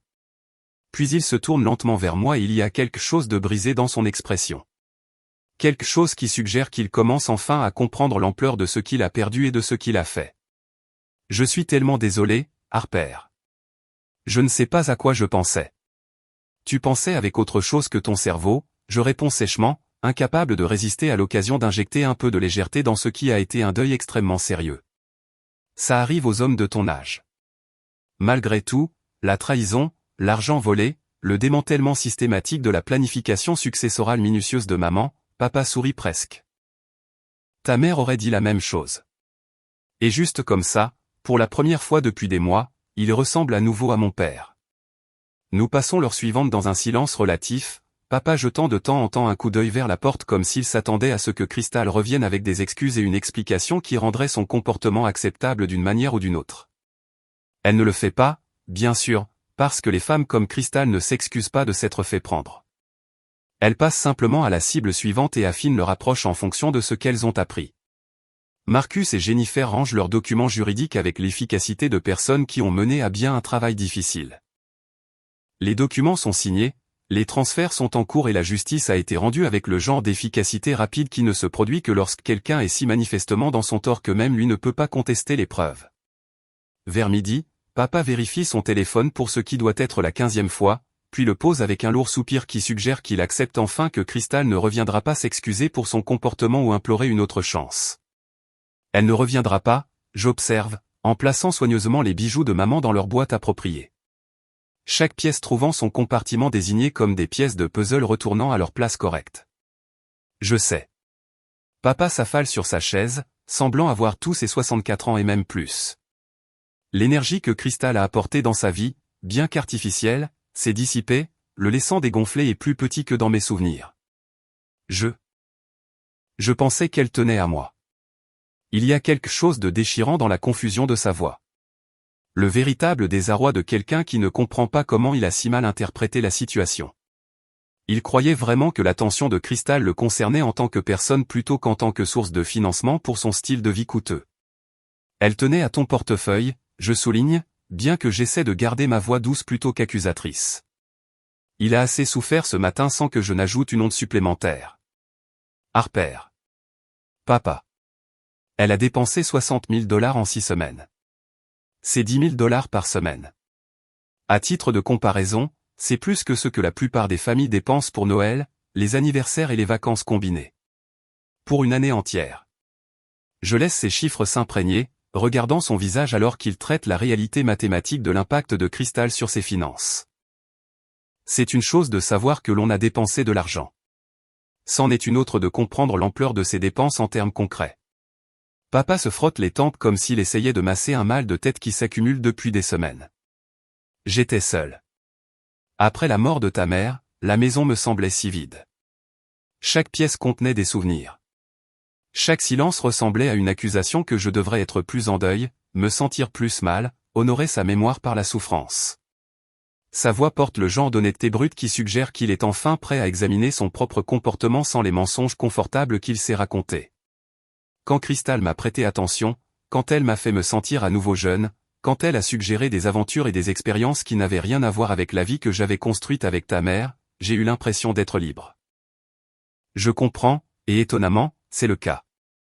Le deuil est compliqué, et la solitude pousse les gens à faire des choses qu'ils n'envisageraient jamais dans des circonstances normales. Mais voler mon héritage pour financer son style de vie n'était pas du deuil. C'était un choix.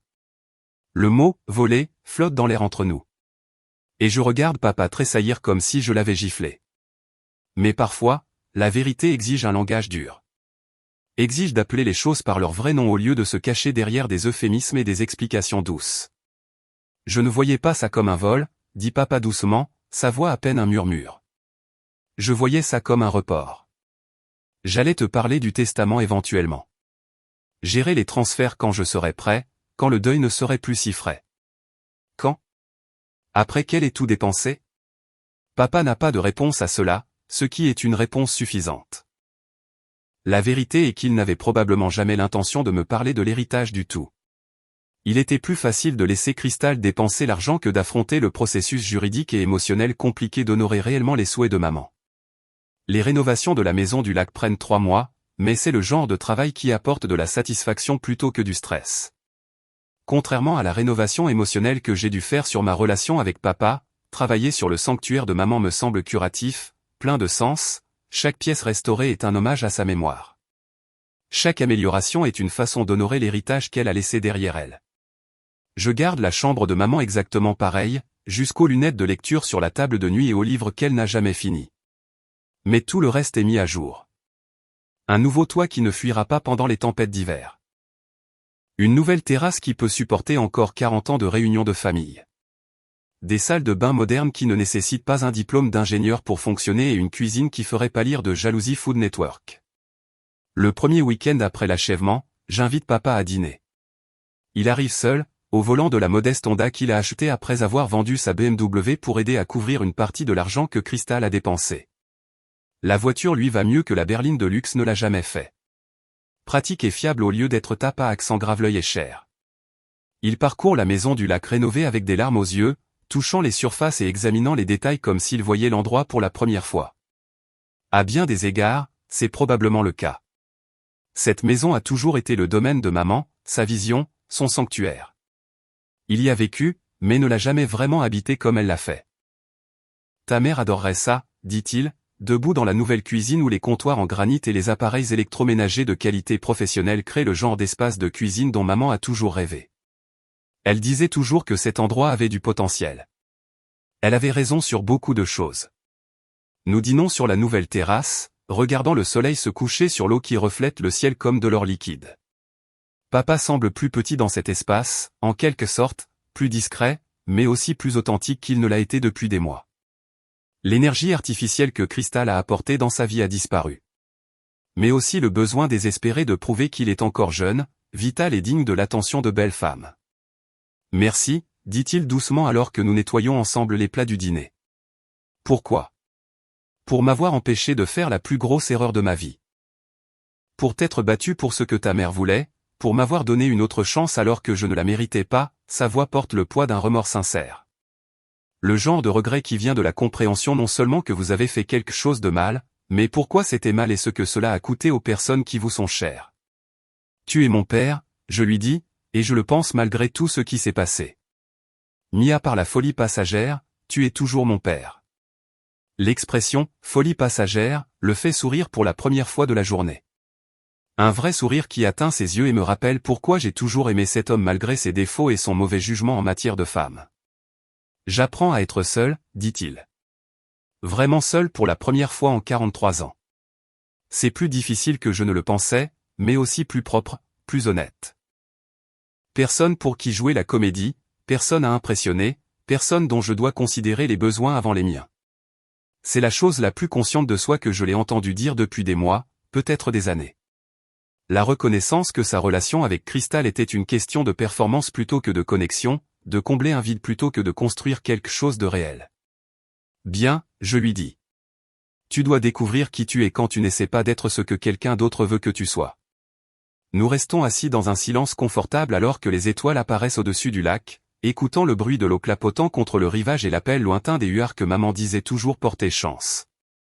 Pour la première fois depuis sa mort, j'ai l'impression que notre famille pourrait bien survivre aux dommages que le deuil, la solitude et le mauvais jugement ont causés. Ce n'est pas la même chose qu'avant. Ça ne le sera plus jamais. Mais peut-être qu'avec du temps, des efforts et un engagement à une communication honnête, ça peut être quelque chose de bien à sa manière. Peut-être que c'est suffisant pour l'instant. 2 semaines plus tard, papa m'appelle à 7 heures du matin, ce qui est inhabituel car il n'a jamais été du matin. Même pendant sa brève période en tant que mécène de Crystal, il préférait dormir et laisser son style de vie luxueux commencer à une heure civilisée. L'appel matinal suggère soit une crise, soit une avancée, et j'espère la seconde. J'ai pris une décision, annonce-t-il sans préambule, sa voix portant le genre de détermination concentrée que je n'ai pas entendu de lui depuis des années. Je vends la maison. Je laisse presque tomber ma tasse de café, la céramique glissant dans mes doigts soudainement inertes. La maison? Papa, c'est là que toi et maman avez vécu pendant 20 ans. Je sais. Sa voix traverse ma protestation avec une fermeté qui suggère qu'il a bien réfléchi à la question. Considérez toutes les implications et les coûts émotionnels. Mais Harper, je ne peux plus traverser ces pièces sans voir son fantôme. Chaque coin recèle un souvenir. Chaque meuble raconte une histoire sur la vie que nous avons construite ensemble. Il fait une pause et je l'entends prendre une respiration tremblante à l'autre bout du fil. Ou pire, j'y vois Crystal. Je la vois porter les vêtements de ta mère, assise dans le fauteuil de ta mère, dormant dans le lit de ta mère. J'ai contaminé ma propre maison avec des souvenirs que je ne peux pas effacer. La douleur dans sa voix est authentique, brute d'une manière qui suggère qu'il traite enfin toute l'étendue de ce qu'il a perdu. Pas seulement maman, mais aussi sa capacité à trouver du réconfort dans la maison qu'il partageait. La présence de Crystal a empoisonné le sanctuaire qui aurait dû lui apporter du réconfort pendant son deuil. Où iras-tu? J'espérais. Il fait une pause et il y a une vulnérabilité dans sa voix qui me rappelle des moments d'enfance où il admettait qu'il ne savait pas comment tresser mes cheveux ou m'aider avec mes devoirs de maths. Peut-être quelque part près de toi. Pas avec toi, ajoute-t-il rapidement, apparemment toujours capable de lire dans mes pensées à travers les lignes téléphoniques. Je sais que tu as besoin de ton espace et je dois trouver comment être seul correctement. Mais peut-être à proximité. La vulnérabilité dans sa voix me prend au dépourvu. C'est papa qui demande de l'aide sans vraiment le demander, qui tend la main pour une connexion tout en respectant mes limites. C'est le genre de maturité émotionnelle qui a été manifestement absente de son comportement au cours des derniers mois. Il y a de belles propriétés à environ 10 minutes au sud d'ici, je lui dis. Parcourant déjà mentalement les annonces immobilières que j'ai vues. Des maisons plus petites, mais toujours en bord de mer, plus faciles à gérer pour quelqu'un qui veut simplifier sa vie au lieu de financer la dépendance au luxe de quelqu'un d'autre. Tu veux que j'appelle un agent immobilier? Le ferais-tu? Le soulagement dans sa voix est palpable, comme quelqu'un qui a porté un lourd fardeau et a enfin trouvé un endroit où le poser. Pour la première fois depuis la mort de maman, il semble avoir un plan qui a du sens, qui est basé sur ses besoins réels plutôt que sur son désir d'impressionner quelqu'un qui n'en valait jamais la peine. 3 mois plus tard, la transformation est remarquable. Papa emménage dans un charmant cottage qui est tout ce que la méga maison qu'il partageait avec maman n'était pas. Assez petit pour être gérable, assez simple pour être confortable, et assez loin de son ancienne vie pour représenter un véritable nouveau départ. Le cottage a des bardeaux de cèdre patiné qui ont tourné à l'argent à cause des années d'air salin, des jardinières qui ont besoin d'être replantées, et une véranda grillagée qui capte parfaitement le soleil du matin. C'est exactement le genre d'endroit où lui et maman parlaient de prendre leur retraite un jour, à l'époque où ils étaient assez jeunes pour croire qu'ils auraient des décennies pour réaliser ces rêves. Mais c'est l'atelier derrière la maison principale qui le convainc vraiment d'acheter la propriété, un petit bâtiment avec une bonne lumière naturelle et assez d'espace pour qu'il puisse poursuivre le genre de travail manuel qui l'a toujours rendu le plus heureux. Pour la première fois depuis que je le connais, papa commence à parler de faire quelque chose qu'il aime plutôt que quelque chose qui paie bien ou impressionne les autres. Je pourrais ouvrir une petite boutique de pêche, songe-t-il, en parcourant l'espace de l'atelier avec le genre d'excitation que je voyais autrefois lorsqu'il parlait d'agrandir le magasin d'articles de sport. Rien de sophistiqué, juste du matériel, des appâts, peut-être quelques services de guide pour les touristes qui veulent faire l'expérience de la vraie pêche locale au lieu des bateaux de location commerciaux. Tu veux travailler à nouveau?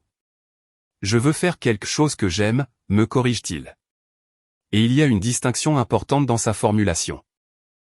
Le magasin d'articles de sport concernait les marges bénéficiaires, la gestion des stocks et les relations avec des fournisseurs qui se souciaient plus des quotas de vente que d'aider les gens à trouver le bon équipement. Il s'agirait d'aider les gens à attraper du poisson. La différence entre ces deux approches du travail est la différence entre un emploi et une vocation, entre faire les choses machinalement et trouver un véritable but. C'est le genre de clarté qui vient souvent après avoir tout perdu et devoir tout reconstruire à partir de rien. 2 mois après son emménagement, papa a sa première cliente dans la nouvelle boutique de pêche, une femme nommée Sarah, qui a besoin de conseils sur le matériel de pêche en haute mer. Quelqu'un qui en sait clairement assez sur le sport pour poser des questions intelligentes et apprécier des réponses éclairées. Elle est veuve depuis peu, de l'âge de papa, avec des cheveux striés de gris et des rides du rire qui témoignent d'une joie sincère plutôt que d'un charme calculé. Elle a l'air gentille, j'observe après qu'elle soit partie avec une nouvelle canne à pêche et un nouveau moulinet, après avoir passé 20 minutes à discuter des mérites des différentes techniques de pêche avec papa, comme de vieux amis comparant leurs notes sur une passion commune. Elle est gentille, convient papa. Mais il y a quelque chose de prudent dans sa voix, comme s'il essayait délibérément de ne pas paraître trop enthousiaste. Elle ne cherche pas non plus quelqu'un pour financer son style de vie. Comment peux-tu le savoir? Elle conduit une Honda avec 200 000 miles au compteur et paie en espèces. Papa sourit et pour la première fois depuis Crystal, il y a une chaleur sincère dans son expression lorsqu'il parle d'une femme. De plus, elle sait vraiment de quoi elle parle en matière de pêche. Elle a grandi sur un bateau de pêche commercial, a appris le métier de son grand-père avant que les femmes ne soient communément acceptées dans cette industrie. Concept révolutionnaire, dis-je sèchement. Une femme avec ses propres compétences et intérêts au lieu de simplement des goûts de luxe et des soins de beauté stratégiques. J'apprends, admet papa. Lentement, mais j'apprends. La différence entre Sarah et Crystal est immédiatement évidente pour quiconque a des yeux fonctionnels et un bon sens de base. Sarah pose des questions sur les techniques de pêche, pas sur les recommandations de restaurants. Elle porte des vêtements conçus pour de vraies activités de plein air, pas pour des séances photos. Elle parle de ses propres expériences et intérêts au lieu de simplement admirer la prétendue sophistication et la mondanité de papa. Plus important encore, elle semble le voir comme une personne plutôt qu'une ressource. Quand elle le regarde, il y a un intérêt sincère dans ses yeux au lieu de l'évaluation calculatrice que Crystal portait toujours comme un masque. Elle rit à ses blagues parce qu'elle les trouve drôles, pas parce que rire fait partie de sa stratégie pour extraire un maximum d'avantages financiers de leur interaction. C'est exactement le genre de relation dont papa a besoin. Une relation basée sur le respect mutuel et des intérêts partagés plutôt que sur la dépendance financière et la manipulation émotionnelle. Pour la première fois depuis la mort de maman, il semble être lui-même à nouveau.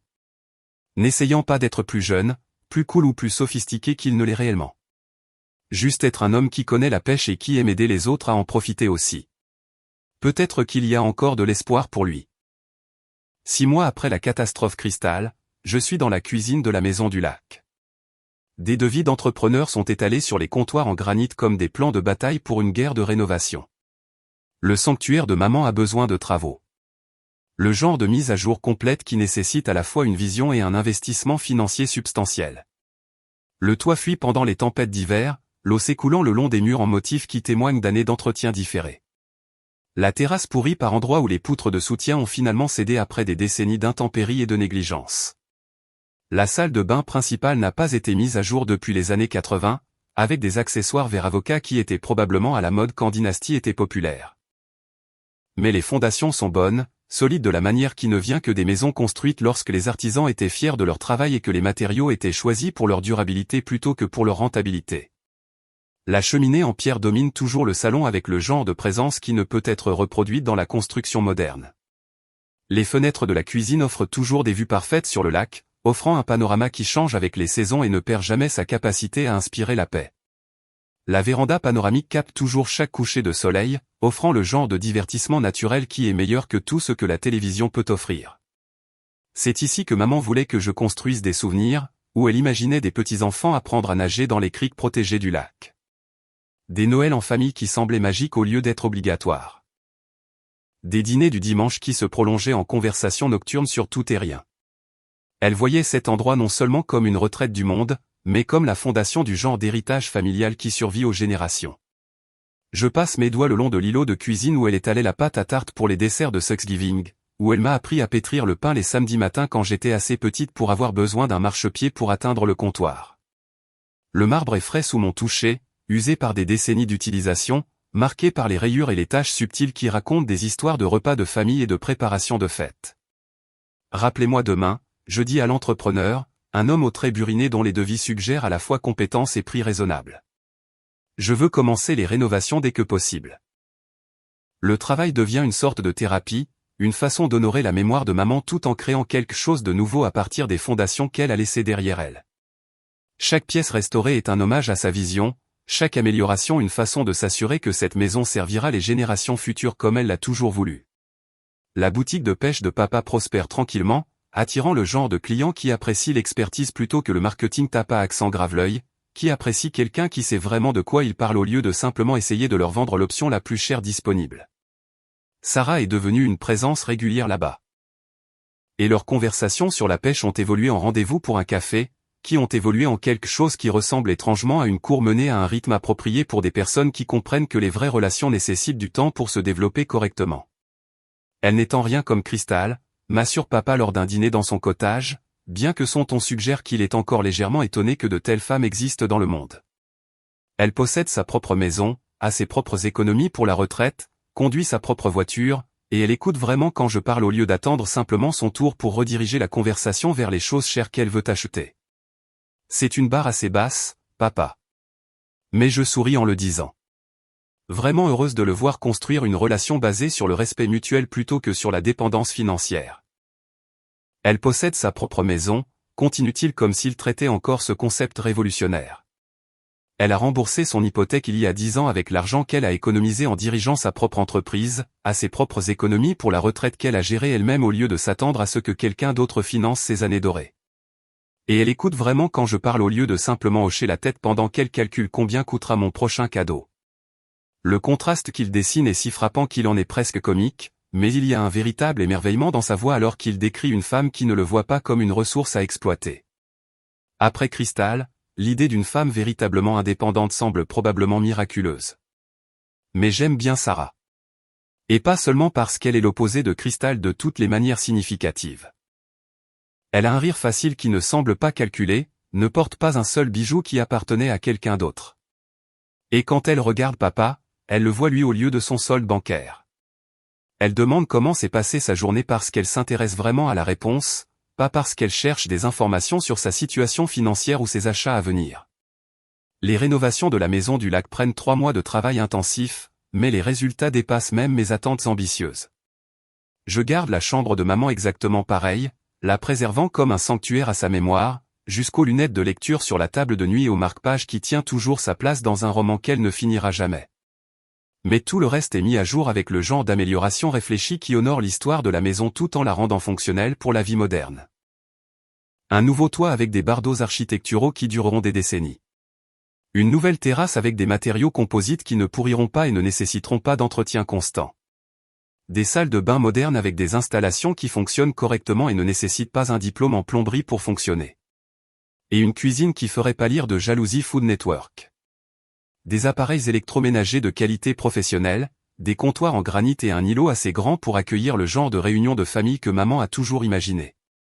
Le premier week-end après l'achèvement, j'invite papa et Sarah à dîner. Papa parcourt l'espace rénové avec des larmes aux yeux, touchant les surfaces et examinant les détails comme s'il essayait de mémoriser chaque amélioration. Pour lui, cette maison représente non seulement la mémoire de maman, mais aussi la possibilité de nouvelles traditions. De nouveaux souvenirs qui honorent le passé tout en embrassant l'avenir. Ta mère adorerait ça, dit-il, debout dans la nouvelle cuisine où tout brille de la promesse de repas encore à cuisiner, de rassemblements encore à organiser. Elle disait toujours que cet endroit avait un potentiel qui avait juste besoin de la bonne vision et d'un investissement suffisant pour être libéré. Elle avait raison sur beaucoup de choses. L'euphémisme de l'année, vraiment. La sagesse de maman devient plus apparente à chaque mois qui passe. Chaque décision qui prouve sa prévoyance et sa planification minutieuse. Sarah passe la main le long du nouvel îlot en bois de boucher avec l'appréciation de quelqu'un qui reconnaît le bon savoir-faire quand elle le voit. Elle avait un excellent goût. On se sent comme dans une vraie maison de famille, pas seulement une vitrine conçue pour impressionner les visiteurs. Il y a quelque chose de profond dans cette distinction. Cette maison ne vise pas à afficher la richesse ou à créer des espaces dignes d'Instagram. Il s'agit de fonctionnalité et de confort, de créer un environnement où les familles peuvent se réunir et où les liens peuvent s'approfondir avec le temps. Cette nuit-là, nous nous asseyons sur la nouvelle terrasse, regardant le coucher de soleil sur l'eau qui reflète le ciel comme de l'or liquide. Papa et Sarah se tiennent la main avec la douceur hésitante d'adolescents découvrant l'amour pour la première fois, pendant que je sirote un verre de vin et me sens vraiment contente pour la première fois depuis des mois. La paix qui s'installe en moi n'est pas seulement due au cadre magnifique ou à la satisfaction des travaux de rénovation terminés. C'est une question de famille, de possibilité de guérison et d'aller de l'avant sans oublier d'où nous venons. Merci, dit papa doucement, sa voix à peine audible au-dessus du doux bruit de l'eau clapotant contre le rivage. Pourquoi ? Pour m'avoir empêché de faire la plus grosse erreur de ma vie. Pour t'être battu pour ce que ta mère voulait quand j'étais trop stupide et égoïste pour honorer ses souhaits moi-même, pour m'avoir donné une autre chance alors que la plupart des filles m'auraient rayé de leur vie. Sa voix porte le poids d'un remords sincère. Le genre de regret qui vient de la compréhension non seulement que vous avez fait quelque chose de mal, mais pourquoi c'était mal et ce que cela a coûté aux personnes qui vous sont chères. C'est le fondement sur lequel un vrai pardon peut être construit. Tu es mon père, je lui dis et je pense chaque mot malgré tout ce qui s'est passé. Mis à part la folie passagère, tu es toujours mon père. Sarah lui serre la main avec le genre de soutien doux qui suggère qu'elle comprend le poids de cette conversation, l'importance de ce moment dans le processus de guérison de notre famille. Tu as élevé une fille intelligente, Richard. J'avais une femme intelligente pour m'aider, dit papa. Et il y a une gratitude sincère dans sa voix quand il parle de maman maintenant, au lieu de la culpabilité et de la défensive qui caractérisaient ses mentions d'elle pendant la période cristal. Comme par hasard, un huard appelle de l'autre côté du lac, sa voix envoûtante résonnant sur l'eau avec le genre de beauté sauvage qui ne peut être ni fabriqué ni acheté. Maman disait toujours que les huards portaient chance, un signe que le monde naturel était en équilibre et que tout était comme il se doit. Je pense qu'elle approuve, dis-je, levant mon verre de vin vers le son en guise de toast à la mémoire et à la possibilité. Papa et Sarah lèvent également leur verre. Et nous trinquons à l'avenir sous un ciel plein d'étoiles qui semble plus brillant ici que partout ailleurs dans le monde. L'avenir s'étend devant nous, incertain, mais plus assombri par la présence toxique de personnes qui voient la famille comme une ressource à exploiter plutôt qu'un trésor à protéger.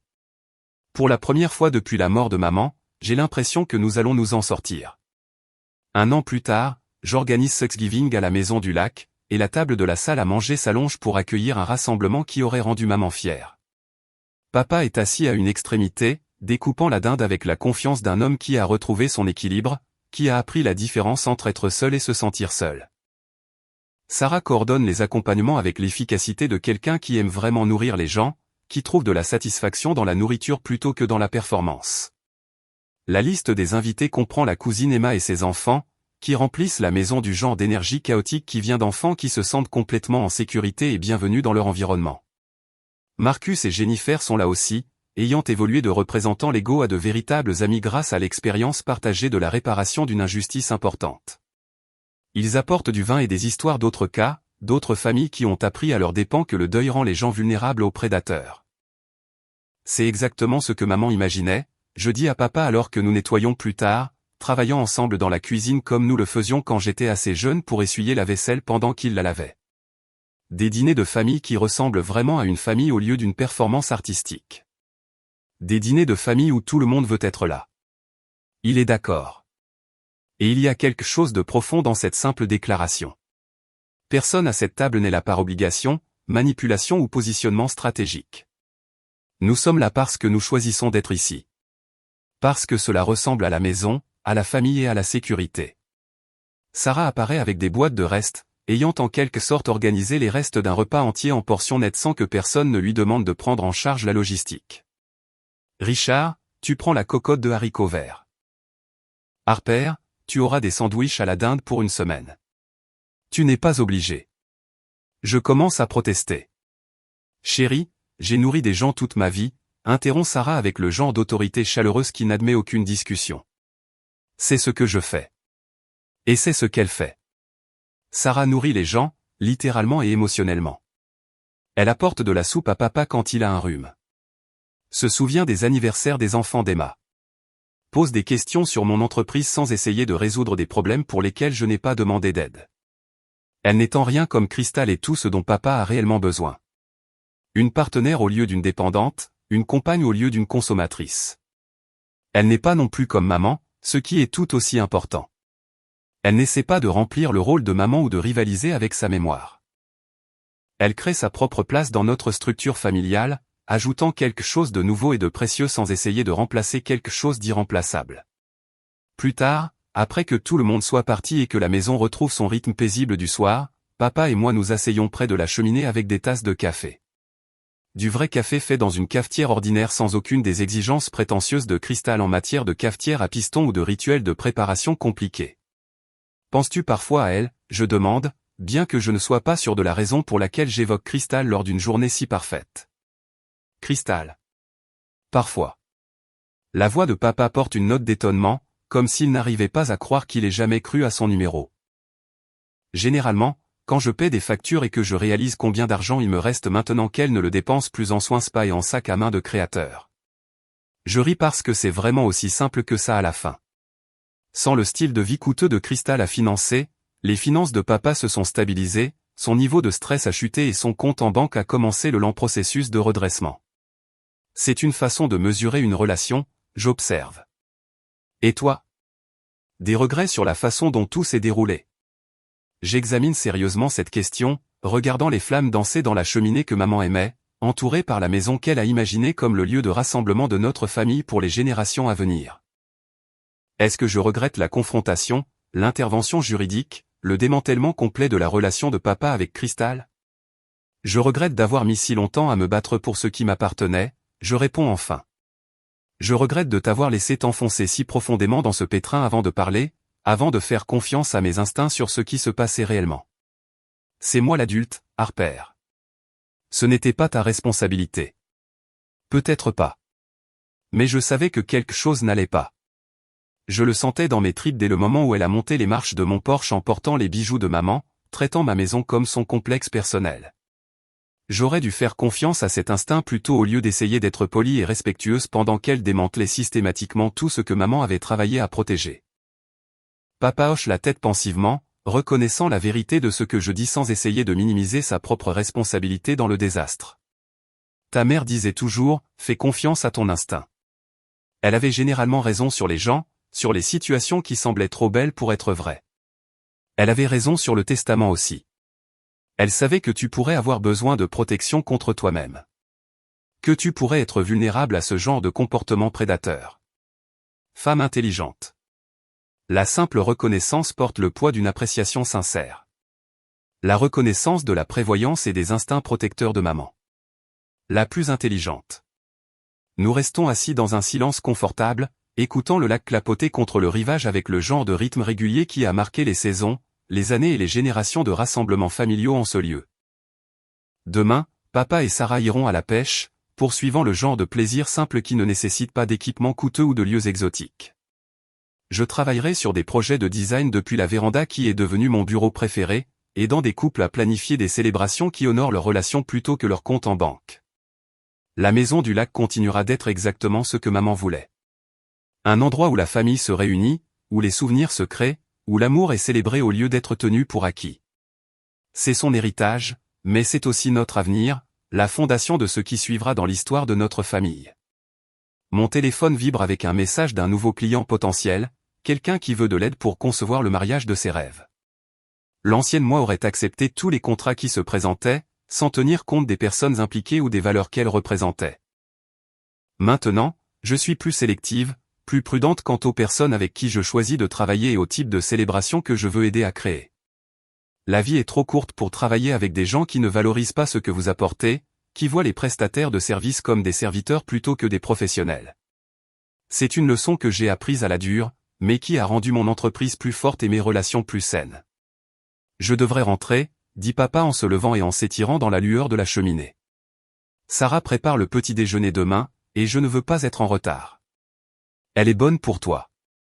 Elle l'est.